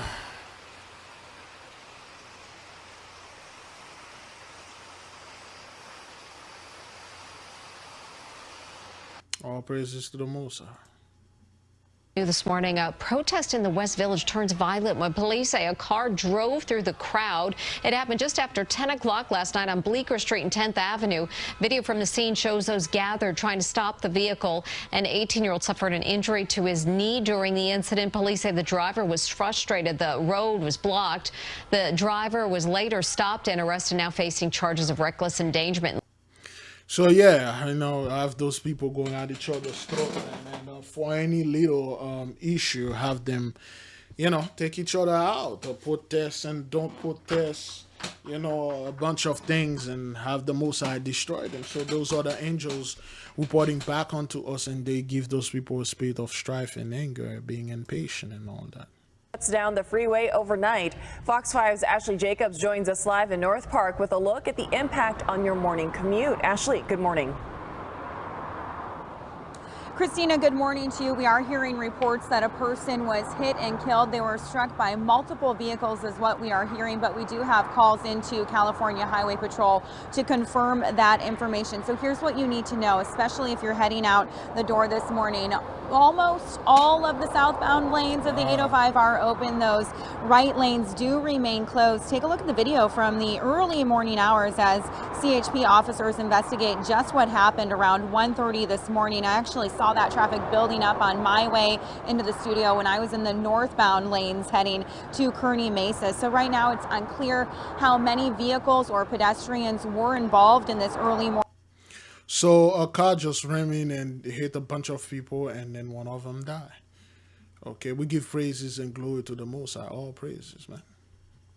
If you acted appropriate. Okay, we watched this before. So the ley line is making the people crazy. And you have noticed it. They make the people crazy. Okay, so this is Tunisia. This is in Tunisia. Okay, that's a country in Africa. So they speak French and also, I believe, Arabic. All right. So Tunisia struggles with worsening, crisis. All right. A chaotic scene at a vaccination center in the Tunisian capital. Inpatient. Oh man, that lady won't having this Haitian. That lady won't having that Haitian over here, man. Yo, put your scumbags around me carrying that freaking plague, man. Hey, what's up with y'all? Vaccination center in the Tunisian capital. Man. Hey. Inpatient crowds have tried to force their way through to get COVID-19 vaccines. Okay, so those people, they are in despair. Give them a spirit of fear. Give them a spirit of is that Jaden? All right. Give them a spirit of being afraid, of being at a dead end. So those people are running to go get this thing because they are afraid. And the Most High is putting a spirit of fear in the midst of them. Those are the angels coming back and reporting. Is that thing even recording right now? Let me see. All right. We're already an hour and a half. Wow. For me, it's mandatory. Okay, so she's speaking French. So, okay, those are the people that are dismayed, all right? It's a vaccine. COVID is a serious disease. Okay. And personally, it scares me. Okay, so the fear, give them a spirit of fear. So they are running and going to go destroy themselves. All praises. We have no comments on this thing. It's just like we're just telling you the angels are coming back and reporting. I've come here for a third time. You wait a long time and then you go without getting a vaccine. It's not normal that there is only one vaccination center in a state. So you see that those people are the ones that are truly in needs of this thing, and they are fighting to get that thing. Yet you got our people that don't even need this thing. They don't even care about it, but it's being forced upon us. Yet it's being offered to us. It's being like somewhat promoted in our community. Hey, vax that thing up. It's a beautiful thing. Vax that thing up. But they are not promoting those things to these people. Those people need this hish. Look at all the people. Why all of this? What have we done? You authorities, if you cannot find solutions for us, let us search for solutions for ourselves. This followed a highly controversial decision by the Ministry of Health to provide vaccines for everyone above the age of 18 at the same time. It has led to stampedes at 9 vaccination centers across the country. 9 vaccination centers. All praises. Raising fears of a sharp rise in infection rates. Prime Minister Hisham Mashishi fired his health minister for what he described as a clear case of mismanagement. Get back in line. This police officer, I mean, get back in line, man.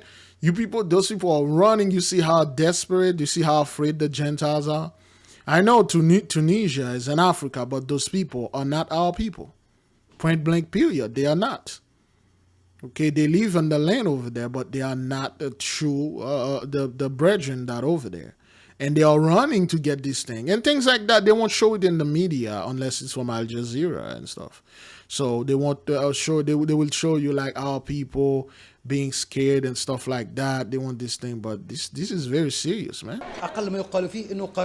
The least that can be said is that the decision is wrong, and you have noticed its repercussions on society.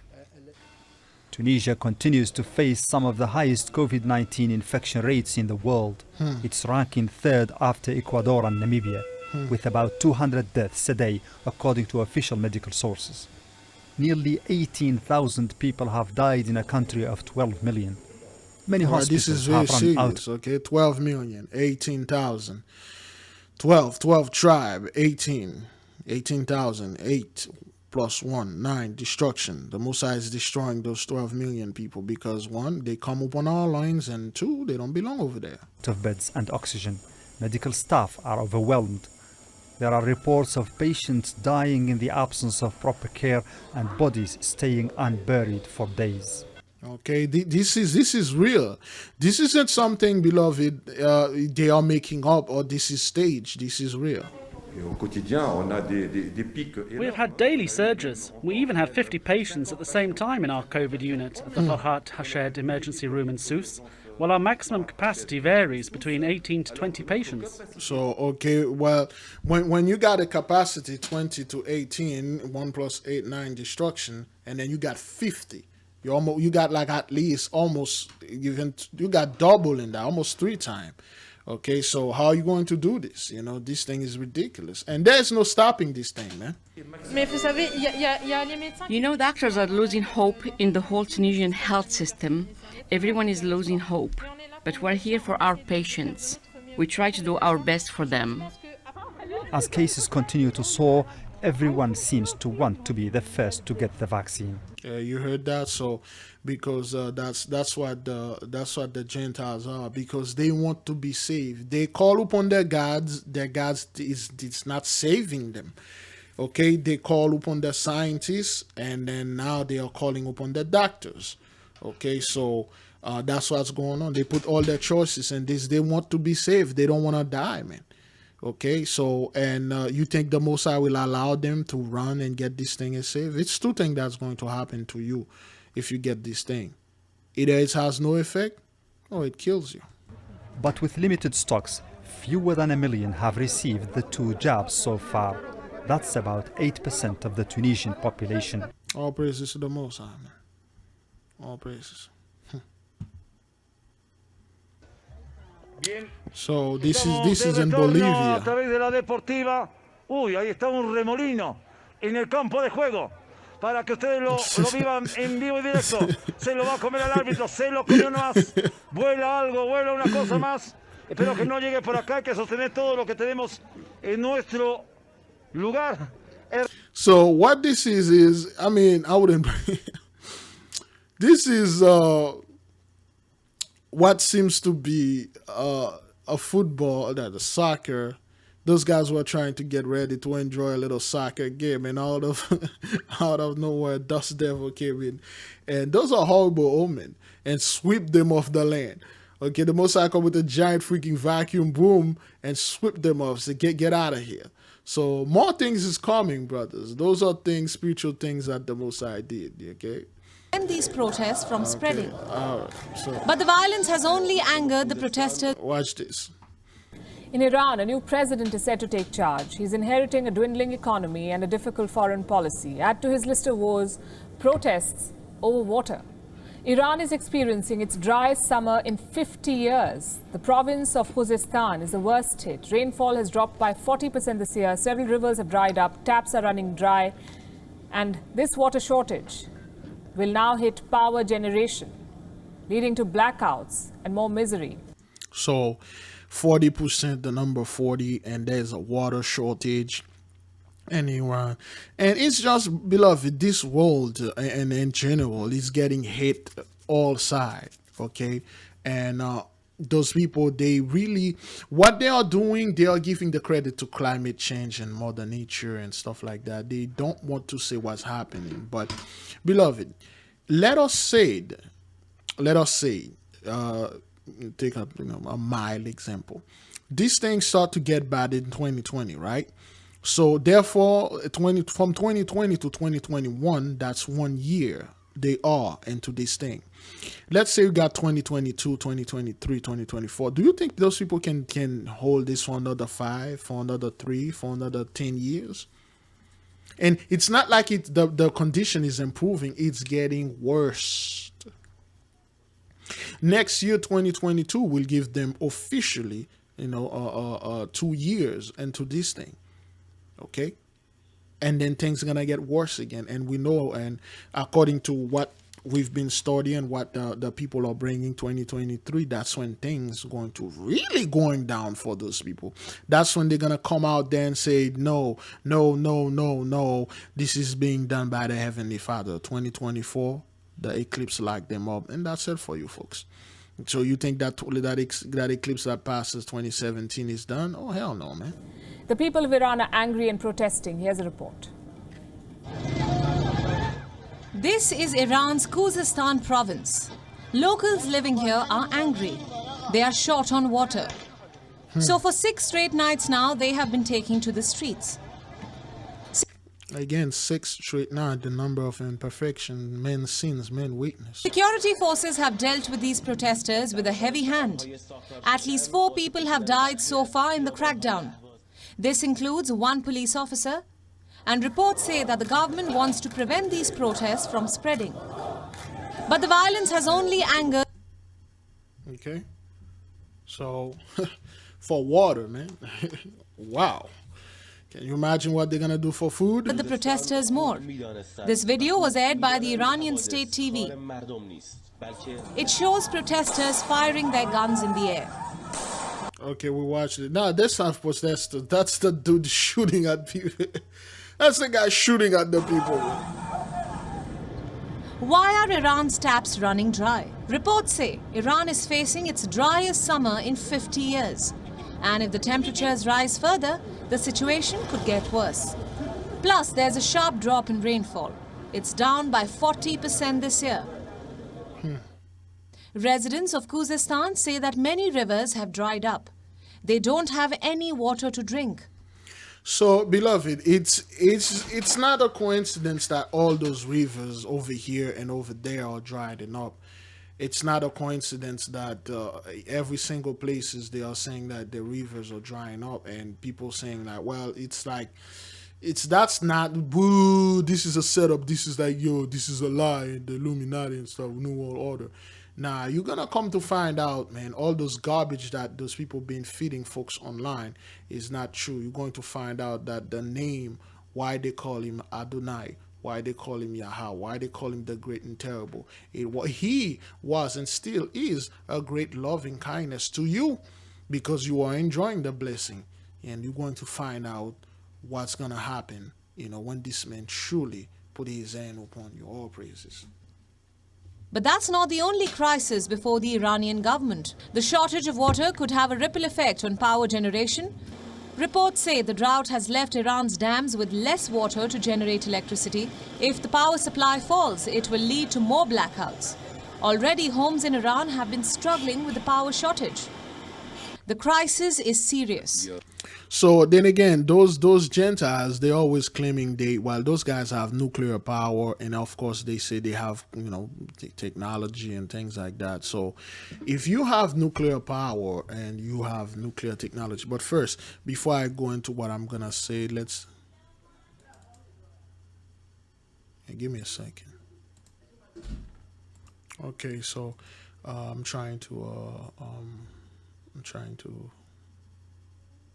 yeah, sorry, something happened. I just trying to open Google Earth and see where Iran at. So those folks, they have, they claim that they have technology, nuclear power, and all those stuff. So if you have technology, beloved, you have nuclear power, you have all those things, and this is Iran right here. Let me see. Okay, so now this is Iran. So Iran is pretty big, all right? Let me see. It was, okay, they have the sea. What is the sea name? The Caspian Sea? What is the name of this sea? It's not like a bay. Yeah, it's going to take a while for the name up here. So now you got Iran. They got sea on both sides, and the north and the south side. Is that what that is? Okay, they could have easily used their technology and used their money to use a process called desalination, and by taking the salt water and then transforming into drinking water, like fresh water. Is that Iran over here also? I believe those are Turkey. Why they don't show the names anymore? It's really difficult to see the borders of those things. Okay, well. Anyway, this is Iran. I'll assume this part because for some reason nothing is showing here. It usually shows. So they could have easily used the process called desalination. Let me see if I can pull that up. Okay. What is desalination process? According to Wikipedia, desalination is a process that takes away mineral components from saline water. Okay, well, Water desalination process separate dissolved salt and other minerals from water. Feed water source may include brackish seawater wells. So what that is they use those big machine and stuff. They suck up the water from the sea and then they turn it into drinking water and they can sell it, which is a very good process. It's an easy process, okay? Salt water into fresh water. Okay, and then also you will retrieve the salt, you can sell it. Okay, this is a giant desalination place. Where is that? Not quite sure, but you can use this and take all the seawater and make all the stuff, but they can't really do this because one, this process is not that easy to do on a grander and a bigger scale. And three, those people, you know, they prefer to do nuclear weapon and stuff instead of watching after your own people. Well, I guess that's what the Mossad wanted for them. Iran's Supreme Leader Ayatollah Ali Khamenei has issued a statement. He said, officials are obligated to address Khuzestan's problems. Even outgoing President Hassan Rouhani has spoken out. He said that the people have a right to protest, but they need to follow the law. It is their natural right to talk, protest, and even take to the streets within the framework of the law. Meanwhile, some people might use this opportunity, and an evil person might join the protesters and use guns and shoot and kill one of our dear countrymen. This statement was a rare acknowledgement. Okay, this is plague number 2 right here, fiery conflagration of the city, man. And then also plague number 9, number 5, the whole thing goes on. Of the public anger against the Iranian leadership. Many of the protesters have criticized the Islamist rulers, blaming them for the mismanagement of natural resources. Oh, yeah. Their opposition presents... Oh, man, look at this. How many TV... Wow. Look at this. At least there's at least 50. I'm not going to even count this. Man, that guy has to answer to a lot of people. Man. That's a new challenge for the new president. Damn. Ibrahim Raisi has a reputation of being ruthless towards dissent. That's my dog right now, Ibrahim the Butcher. I like that guy. Don't know why they call him the Butcher though, but I give the Most High praises and glory, man. I'm like, yo, they named this guy Ibrahim the Butcher. All praises to the Most High, man. But with Iranian lawmakers now voicing concerns over the water shortage, the incoming president may want to avoid the hardline approach. Bureau Report, WION, World is One. Okay, so all praises, you know, okay, all praises to the Most High, man. So, yeah, now you're seeing, beloved, this thing is all over, you know, this is not like things that happened ages ago. This is yesterday, July 22nd, 2021. All praises. Next. News, we do indeed. A major internet outage has hit several big companies across the country. Let's go to Josh Breslow at the WKRN.com alert desk with that. Yeah, this is huge. So we're talking Amazon, Delta, UPS, PlayStation, HBO Max, a lot of big companies here. Multiple media outlets are reporting that so many websites and streaming services are now just not working. So yeah, that happened yesterday. They had an issue. Amazon, you could not get in. PlayStation, you could not play, and then this word right here, I don't know why, but for some odd reason this word keep popping up. All praises, man. This word keep popping up like lately all over the place, but we give the Most High praises and glory, beloved. You know, the internet stopped working and they don't know why. Okay, they don't know why. This is considered to be a major internet outage across the country. The Independent even saying, quote, much of the internet has stopped working. There's a lot of discussion about this on Twitter and other social media networks that are still working. But again, we're talking Amazon, Delta, UPS, PlayStation, and HBO Max, dozens of others as well. We will keep following this and bring you updates. Okay, so all praises, man. His funeral in the hopes that... Okay, so yeah, now again, they always put our people over there and then make this sentimental, making this into a drama, so we will follow through. And of course, the 2/3 will. Watch this. A mother going through the devastating task of laying her son to rest uses his funeral in the hopes that other mothers will not have to do the same. It was a spirited service honoring the life of Brandon Hayes. Brandon was full of life. and touched a lot of hearts. So as we say our farewell, just know your memory will never depart. The 46-year-old died of coronavirus, and according to his mother, his family was waiting for him to get the vaccination. If you have somebody in your life that you love, if it's a friend, it's a family member, tell them that you love them. Don't wait because you don't know. So, and again, they will use people like this, and preferably women, because they figured out if they use the women as the head and the men will follow. Okay, they will use this brother. I can guarantee you, beloved, I can feel it in my soul. This brother didn't die from this thing, man. Brother probably die of heart attack or something else. But then again, they use this to promote the whole thing. Okay.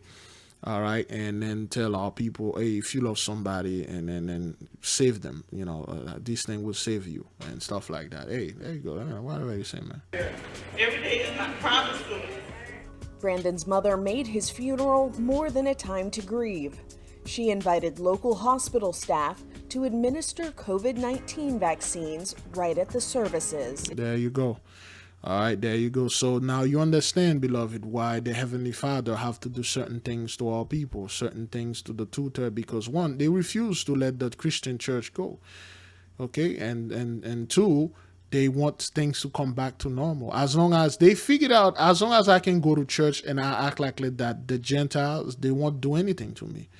But this is not the time for this. It's very moving to know that there is a mother who sees the dangers out in this world, and she wants other mothers not to experience the same pain that she's feeling. At least 3 people reportedly got a shot after the funeral. I'm hoping that this will motivate you all and encourage you to continue to want to receive a vaccine, because it is very important. Your safety is everything to us. No, it's not. Since when does the Gentiles care about our safety?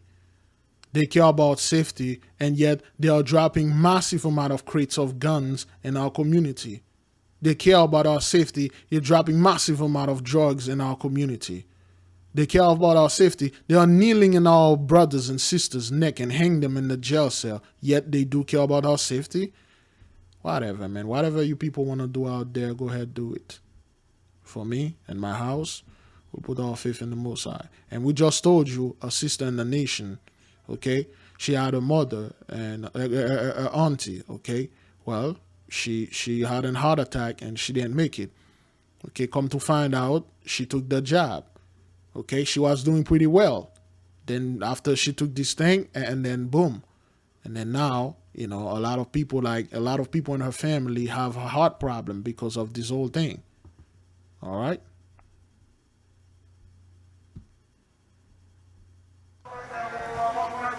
A day worthy of a new attire, and unlike previous years, a new mask for Mukhtar Njai and his son. They're on their way to pray at Dakar's Central Mosque for this very special Muslim celebration. But there's a sense of apprehension. I don't feel totally comfortable or safe. The virus is spreading. Many people are ignoring restrictions and traveling to their villages to celebrate. So now, again, beloved, and you understand why would the Most High were going to spread this thing a lot more wider, faster, and deadlier, because a lot of the people, especially our brethren, they do not want to let go their religion. They do not want to go. They do not want everything else to go. So the Most High, it's gonna get worse, beloved. And you're going to see, a great amount of people that look like us, and they are going to perish because they don't want to cleave in. The government banned public gatherings, but thousands congregate anyway. Worshippers cannot enter without hand sanitizer and a mask. Oh yeah, well, as is that will protect. In his sermon, the Imam warns the virus is back even stronger than before. He advises people to respect barrier measures and social distancing. But inside the mosque, thousands pray shoulder to shoulder, toe to toe.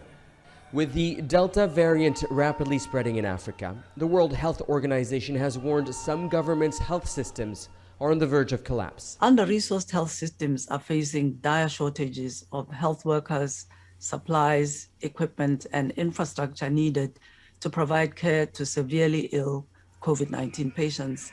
In Senegal, cases have tripled in the last week. President Macky Sall is threatening to reimpose restrictions, including closing borders, curfews, and regional lockdowns.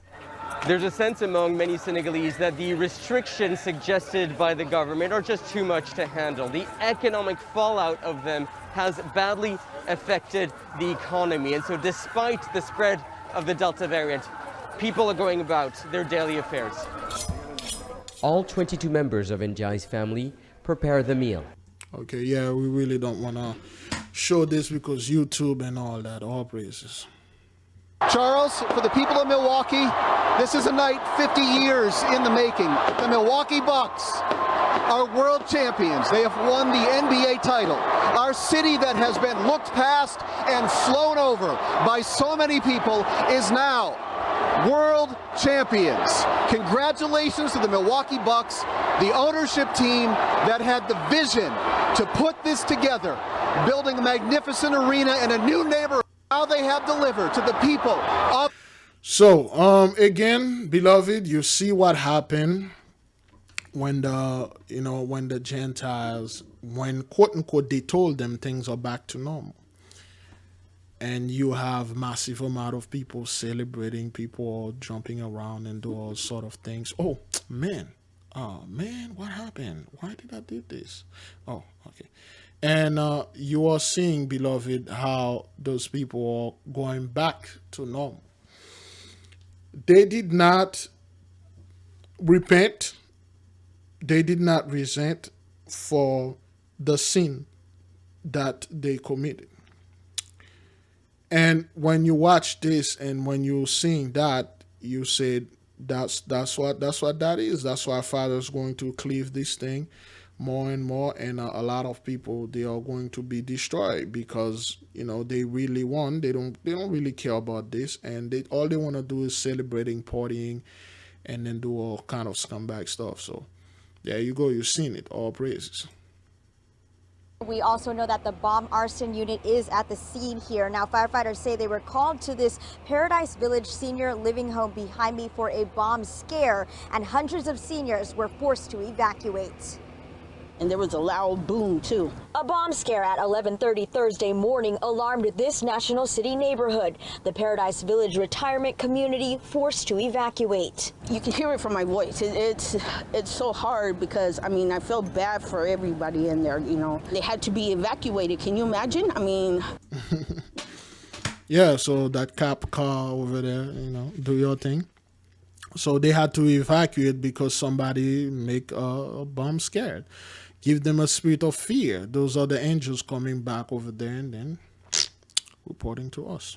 Trying to get everybody out of there. Firefighters say a resident said he had a bomb and flammable liquids inside his apartment. Again, 57 on the battalion over there. Sheriff's bomb arson unit was called out to the scene. There's three problems that our San Diego bomb squads are working on. There was some unleft backpacks that they have cleared at this time. There were no devices in that. There's a car in an underground parking that belongs to the suspect that had some devices that looked like they could possibly be associated with the bomb. And then upstairs in the apartment, we had a report of some kind of a chemical smell and a haze. 400 seniors were displaced to the community center. How many seniors that was displaced? Let's listen to this, beloved. And again, this is no joke, beloved. Listen. And then upstairs in the apartment, we had a report of some kind of a chemical smell and a haze. 400 seniors were displaced to the community center. You got 400 seniors displaced in a community center. You got the name of this place called Paradise Village. Guess what? Paradise is not what we worry about. It's not what we see. We see the 2700, 2 plus 7 plus 0 plus 0 equals 9, destruction. Anything that is destruction in paradise is hell. All praises to the Most High. Associated with the bomb. And then upstairs in the apartment, we had a report of some kind of a chemical smell and a haze. 400 seniors were displaced to the community center. They are sheltering in place as the bomb arson unit works to clear the suspect's car and his apartment. He has been transported to the hospital with dog bites. He was evading our police officers, and so that's why they took him down with the dog. And now the identity of the suspect has not yet been released, but firefighters say he lived here in the...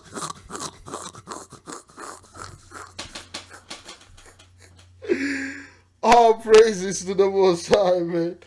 Oh, man, you got to be kidding me, man. You got to be kidding me. So, yeah, they got this dude right here. They apprehended that guy, and, you know, of course, his identity, like his name hasn't been released, but not his identity. People can identify this guy right there, you know. But anyway, man, not good reporting, all right?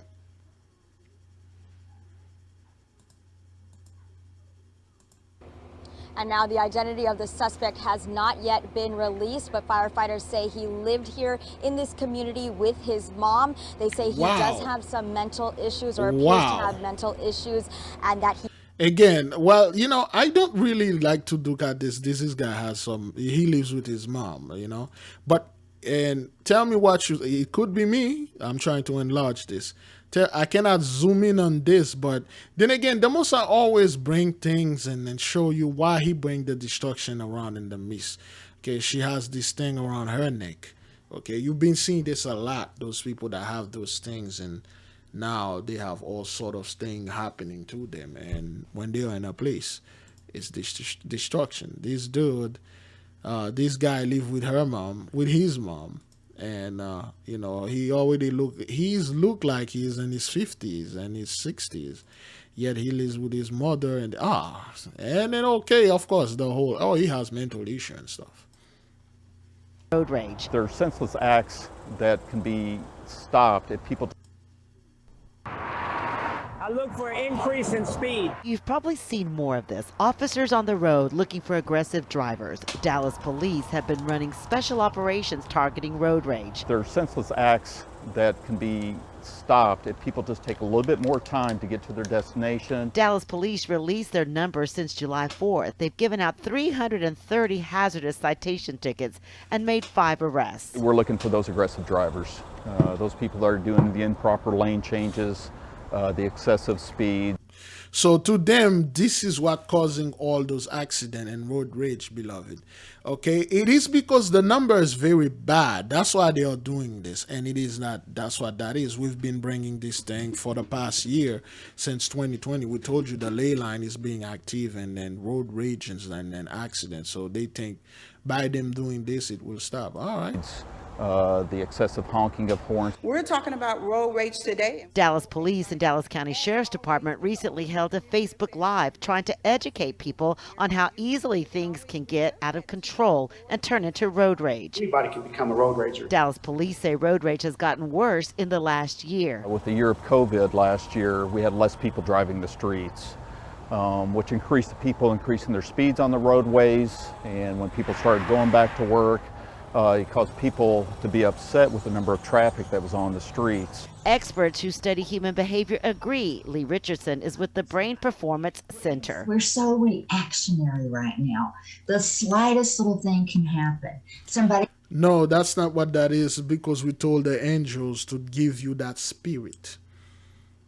For any little petty things, have them go at each other's throats, have them destroy each other. We don't have time to go over there and destroy you people. Time for the trash to take itself out.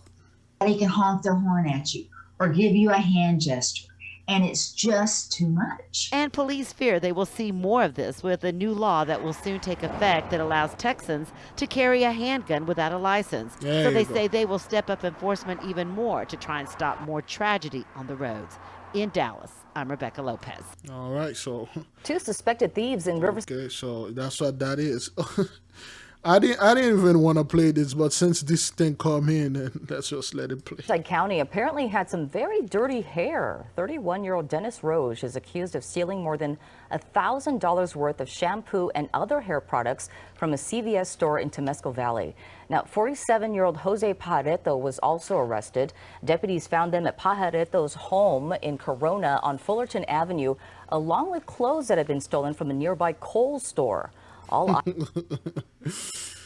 praises, man. Crazy things out there. Crazy. And a recent study found that All right, now to our CBS News investigation. The vaccines here in America are highly effective. So why are a small percentage of vaccinated people getting infected? And is it possible for a vaccinated person to spread the virus? CBS's Dr. John LaPook has new details tonight. It was a hippie fest where people were close and hugging. And Jeff Friedman and Julie Greenhouse were among the fans at the crowded Peach Festival in Scranton, Pennsylvania. 16,000 faces and not a mask in sight. It didn't really occur to us that we were putting ourselves at risk. It was we were outside, we're all vaccinated. But vaccinations were not required. 48 hours after that last curtain call, Greenhouse developed symptoms and tested positive for COVID with a breakthrough infection. So did her boyfriend Jeff and 13 other festival friends, all with mild symptoms. I think if I had thought it through that I could have gotten COVID from. So what they are saying, beloved, those people are very proud people because they got this thing that they think they're invincible. They think nothing can happen to them. And they truly believe that what their kings, their law enforcement, their president, their scientists, their leaders tell them they believe it's true. So they go out there and, hey, this thing is over because I got that thing in my arm. And that's what happened. There you go. From someone unvaccinated, I would have been smarter. Dr. Paul Dupre is a vaccine researcher. He says it's crucial for people to get vaccinated so there's less virus to mutate into a more infectious version like the Delta variant, which has likely been causing the increased reports of breakthrough cases. Compared with previous versions of the virus, there's evidence Delta may attach to lung cells more efficiently. And a recent study found the Delta variant produced about 1,000 times more virus in the nose than the original strain. It's not just about staying out of hospital and staying out of a coffin. It's about stopping the likelihood that that virus will change. So far, the COVID vaccines have been highly effective at preventing serious illness, even from Delta. But they're not perfect. According to the CDC, millions of vaccinated people will be at risk of a breakthrough infection if exposed, but so far, most have had mild or no symptoms. Out of more than 160 million fully vaccinated people in the U.S., the CDC says 5,500, mostly the elderly or people with underlying health conditions, have been hospitalized or died. Yeah, whatever. So we give the Most High praises and glory. It's snowing in Kimberley, 22nd July 2021.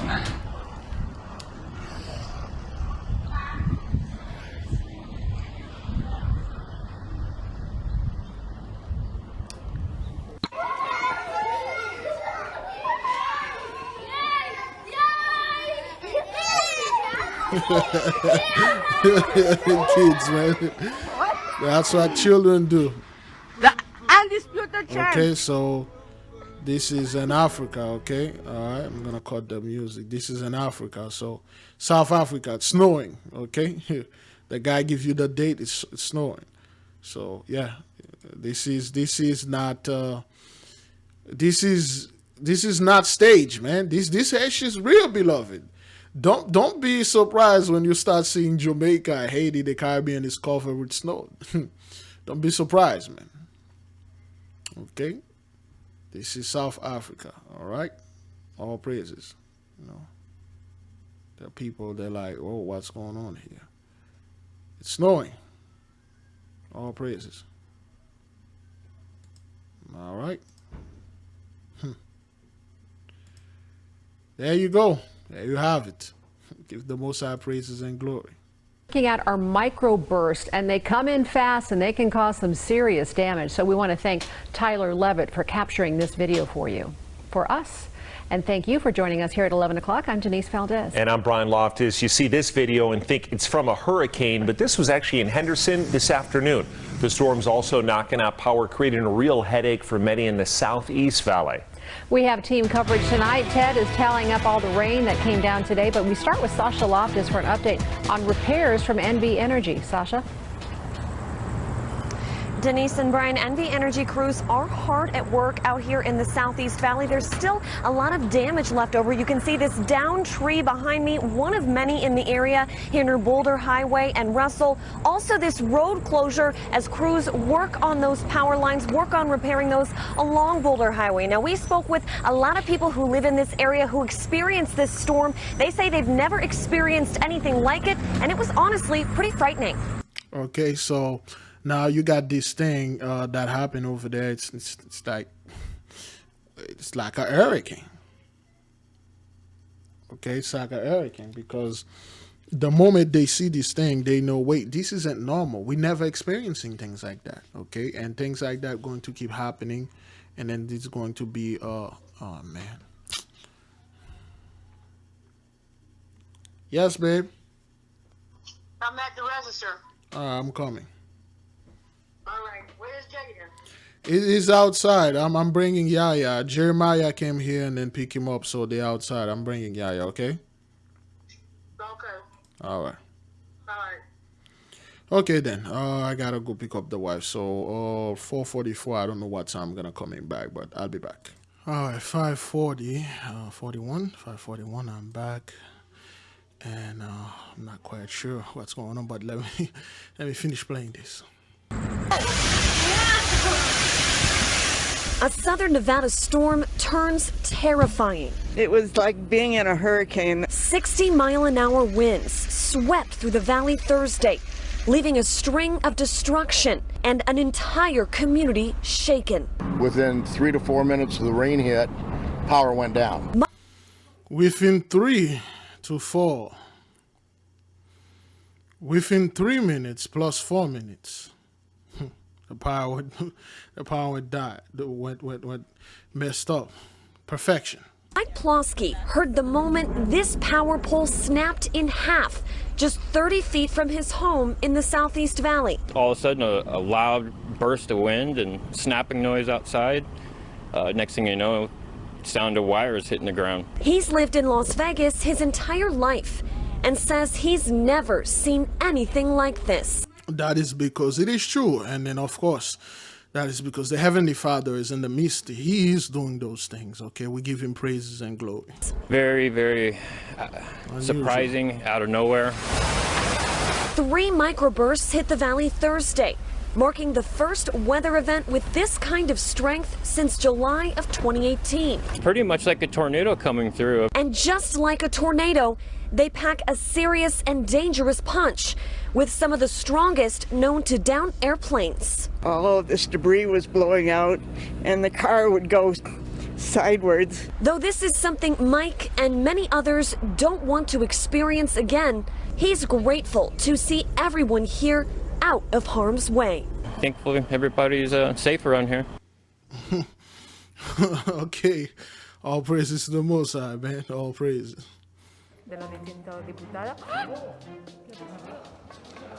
A rat in Spain made lawmakers go insane. So, what is the reason why I bring this up? Beloved, when you told the angel, or when you tell them to go to the highest court of the government and give them a spirit of confusion, a spirit of fear, it's a freaking rat. It's just a rat, beloved. That's if those people see a rat coming in the highest court of government, can you imagine with a freaking dragon? It's a rat, man. Thank you for the angels for reporting back unto us and let the Most High, let us know the Most High is in the midst. It's just a rat. And everybody got dismayed. People got scared. They're like, oh, man, that rat probably got a gun or stuff like that. You know, they start running, okay? A session of the regional parliament of Andalusia was interrupted by a rat. It happened in the otherwise beautiful Spanish city of... Okay, so this is a beautiful, massive ley line. Those are our lands. Sevilla. Reportedly, the rat was of a considerable size. Maybe like this? The scurrying rodent had politicians themselves scurrying out of their seats, while one of their colleagues urged calm. Señoría, por favor, tranquilidad. It felt like a metaphor for something. So yeah, that's the angel disturbing them. You don't know what kind of laws those people are crafting over there that will injure our people, that will benefit them. So this rat came in over there and disturbed their peace and disturbed them. They probably, that thing they were going to do that was so outrageous to some of our people over there in Spain, they left it. Okay, they left it. All praises to the Most High. Jason Lil. Now, I really like this video, and these guys speak much truth. And we're going to close with this, so I'm going to play the entire video. Hopefully, who's this? Oh, Reuters, they won't strike. All right, let's Lilly was a Special Operations Forces Marine raider in Afghanistan who fought in multiple battles during America's longest war. Now home in Garden Grove, California, the 41-year-old has been reflecting on President Joe Biden's decision to withdraw U.S. troops from Afghanistan after a nearly 20-year conflict, expressing his love for his country, but also dismay over the more than 3,500 U.S. and allied military deaths for a mission he says was a failure. 100% we lost the war. Okay, so this man, he's being honest to his people. Okay, and he's being very honest, and he's going to tell a lot of truth here, because what those people, they have no intention of winning any war except for the war with the Heavenly Father. They have no intention of that, beloved. Their main purpose is, a lot of people think like those people went over there because of that black gold they have, that liquid black gold they have under the ground.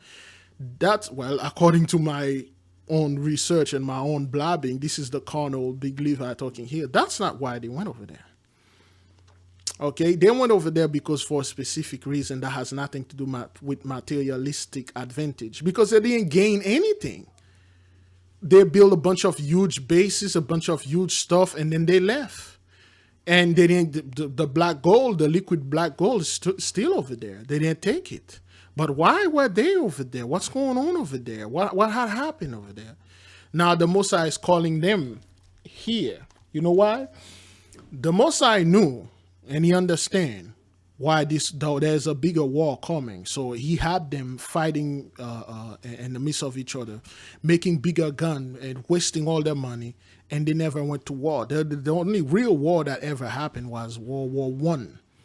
World War I was like the real war that happened since the 1915 and the 1910. That's when in the 1914, that's when the United States invaded the Holy Land over there in Haiti and swaggerjacked certain things. That's when the real good war, that was like the real one, uncut. This one happened, people ended up with shell shock. Okay, let's show you a little video of what shell shock is. Okay. For those of you who don't know, okay, shell shock. Oh, not spell shock, shell shock. Shell shock. Okay. Ah, man. Let's say it. World War I shell shocked. Okay, so, all right, let me see. Okay, war archives, they may not. Let me see. Yeah, this one from 7 years ago that I watched when I was doing my research. Which one? 9 years ago. Okay, so this is shell shock. Okay, from the 1910s war archive.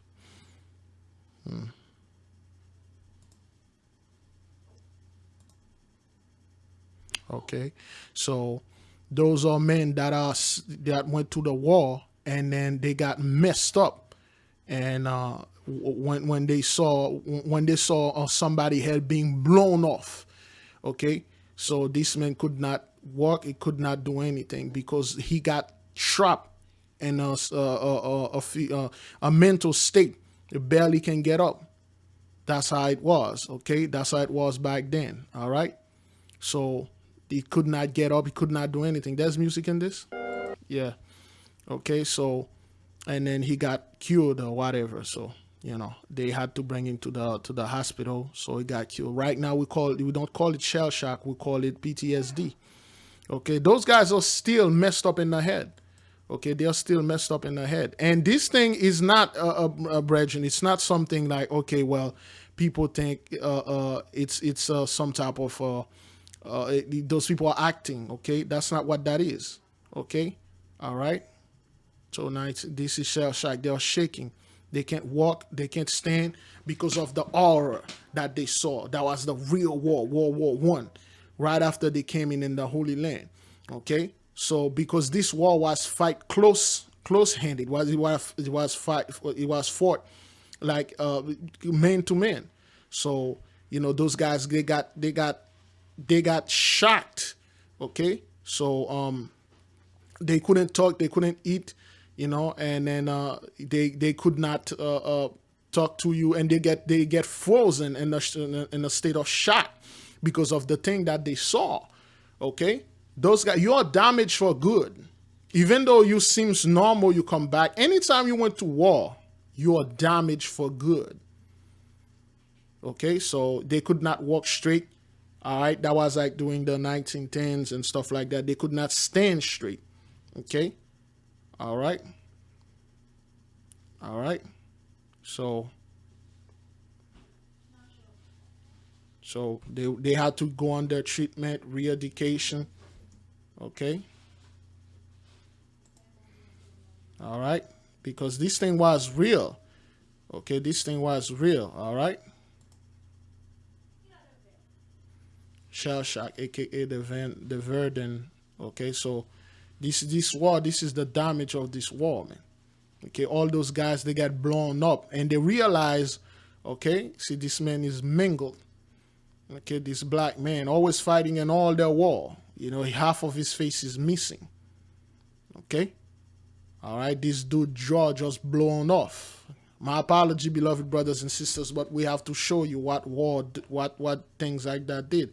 I was back in 2008 when I used to do research and stuff like that. Okay, this is shell shock. Okay, it crippled the mind. Okay, this dude could not stand straight. Okay, this is him attempting to get up. Okay, this is this dude, and they were calling those men cowards. They called them cowards. Some of them got executed because they were afraid because of the things that they saw. Okay, this dude got stopped in a shocking state. He can't believe what he saw, because what happened is the white man, he never really fought any war. He never really fought any war since World War I. He always go to a place and then he destroy everything. He just invaded everybody. He just stole and rape and rob and pillage and burning things until he had to face his own, until he has to fight. Then he saw the aura of his way. If he was doing this to our people, they would have loved it. They would have loved it. They would have none of those shell shock stuff. But now this happened to them, and that's when they formed the congregation. They say never again. They will attack each other like this. Okay. And World War II wasn't as bad that they were portraying this thing. Okay. These dudes could not even stand straight. They get trapped in this state of shock, in this state of aura. Okay. They could not walk. They could not stand straight. They could not do anything. They have to go months of treatment. Okay. For the things that they saw, those men literally go to hell.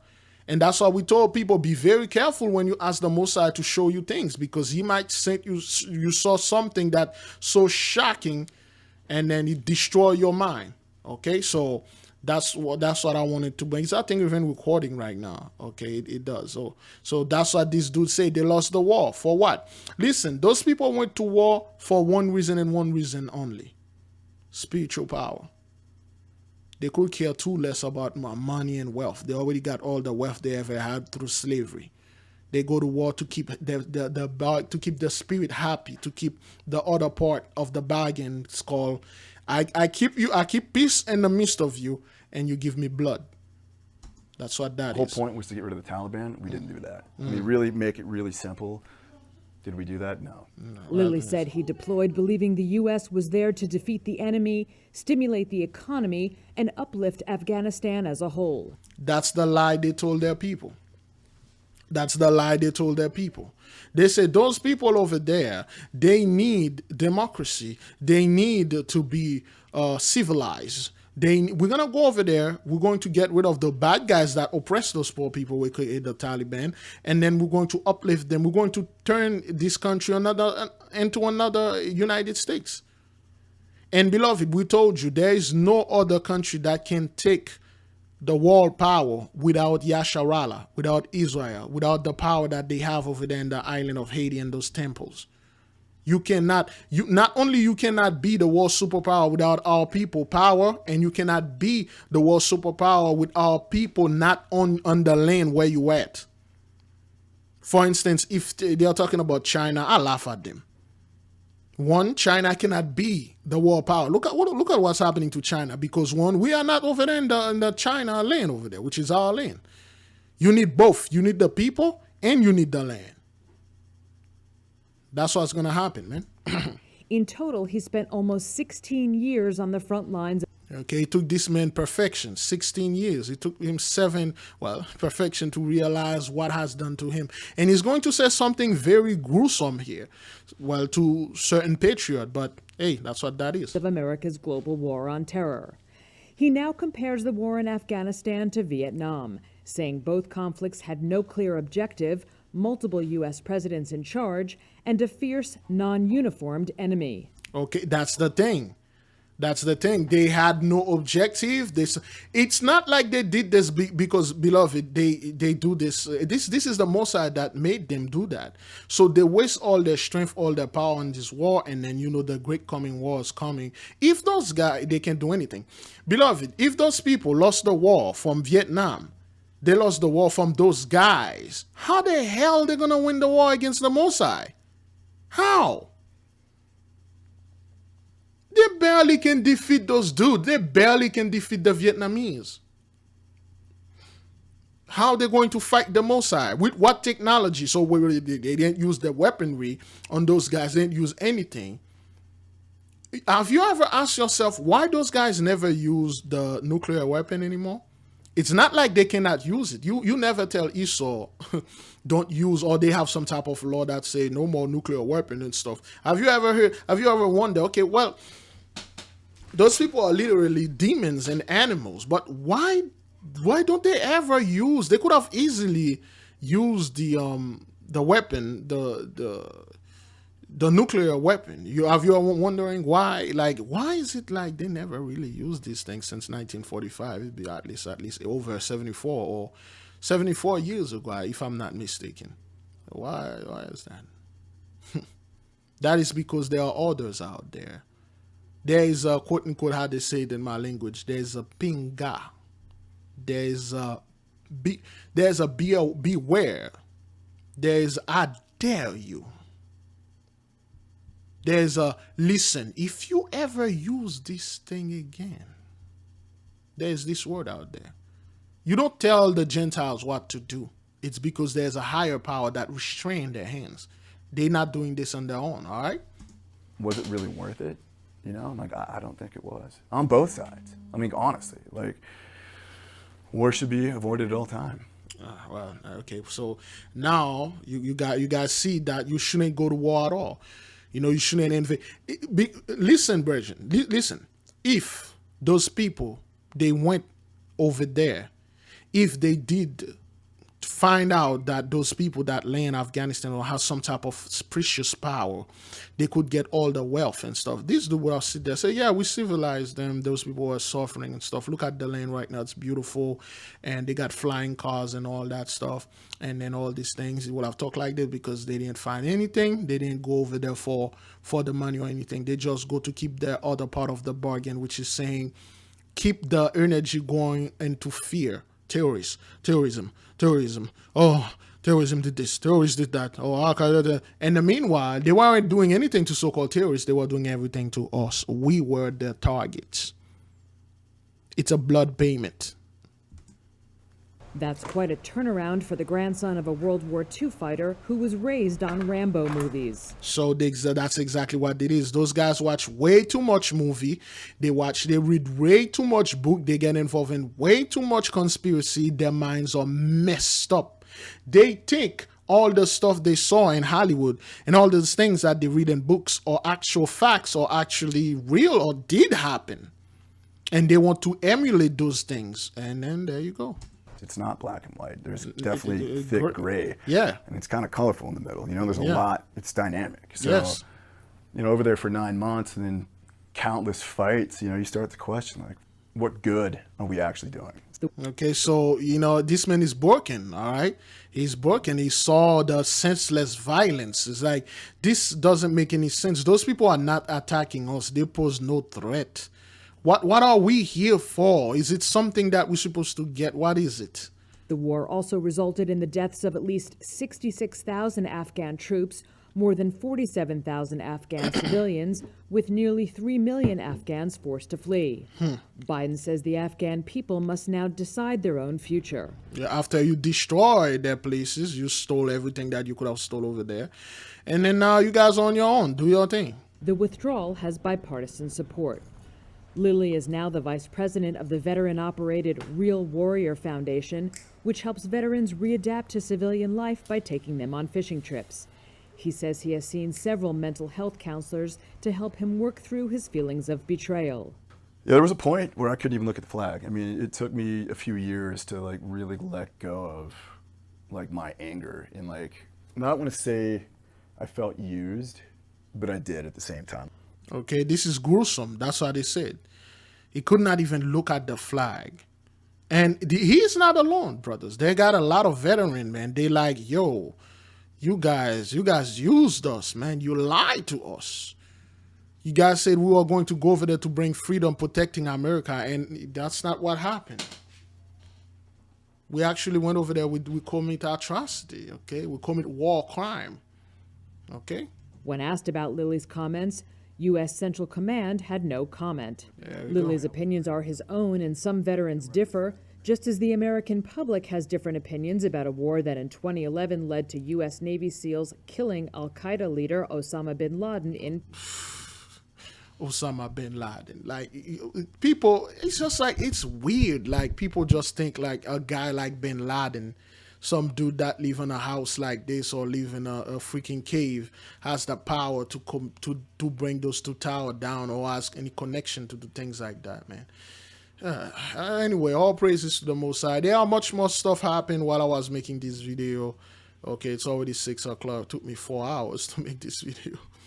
Woman in viral video arrested. Nurse says she could lose her job not being vaccinated. QAnon shaman is plea negotiated after mental diagnosis. Yeah, always that mental health card always. All praises. 600,000 settlement reached in Batali Bastianic harassment case. Wow, 600 G's. Oh, there you go. 4 kids injured in an explosion in Chesterfield. Oh yeah, we watched that. Okay. It's time to start blaming the unvaccinated folks. Yeah, whatever. Yeah, so much things happening, brothers. Men robbed at gunpoint. Fort-Lauderdale woman makes remarkable recovery after brain aneurysm.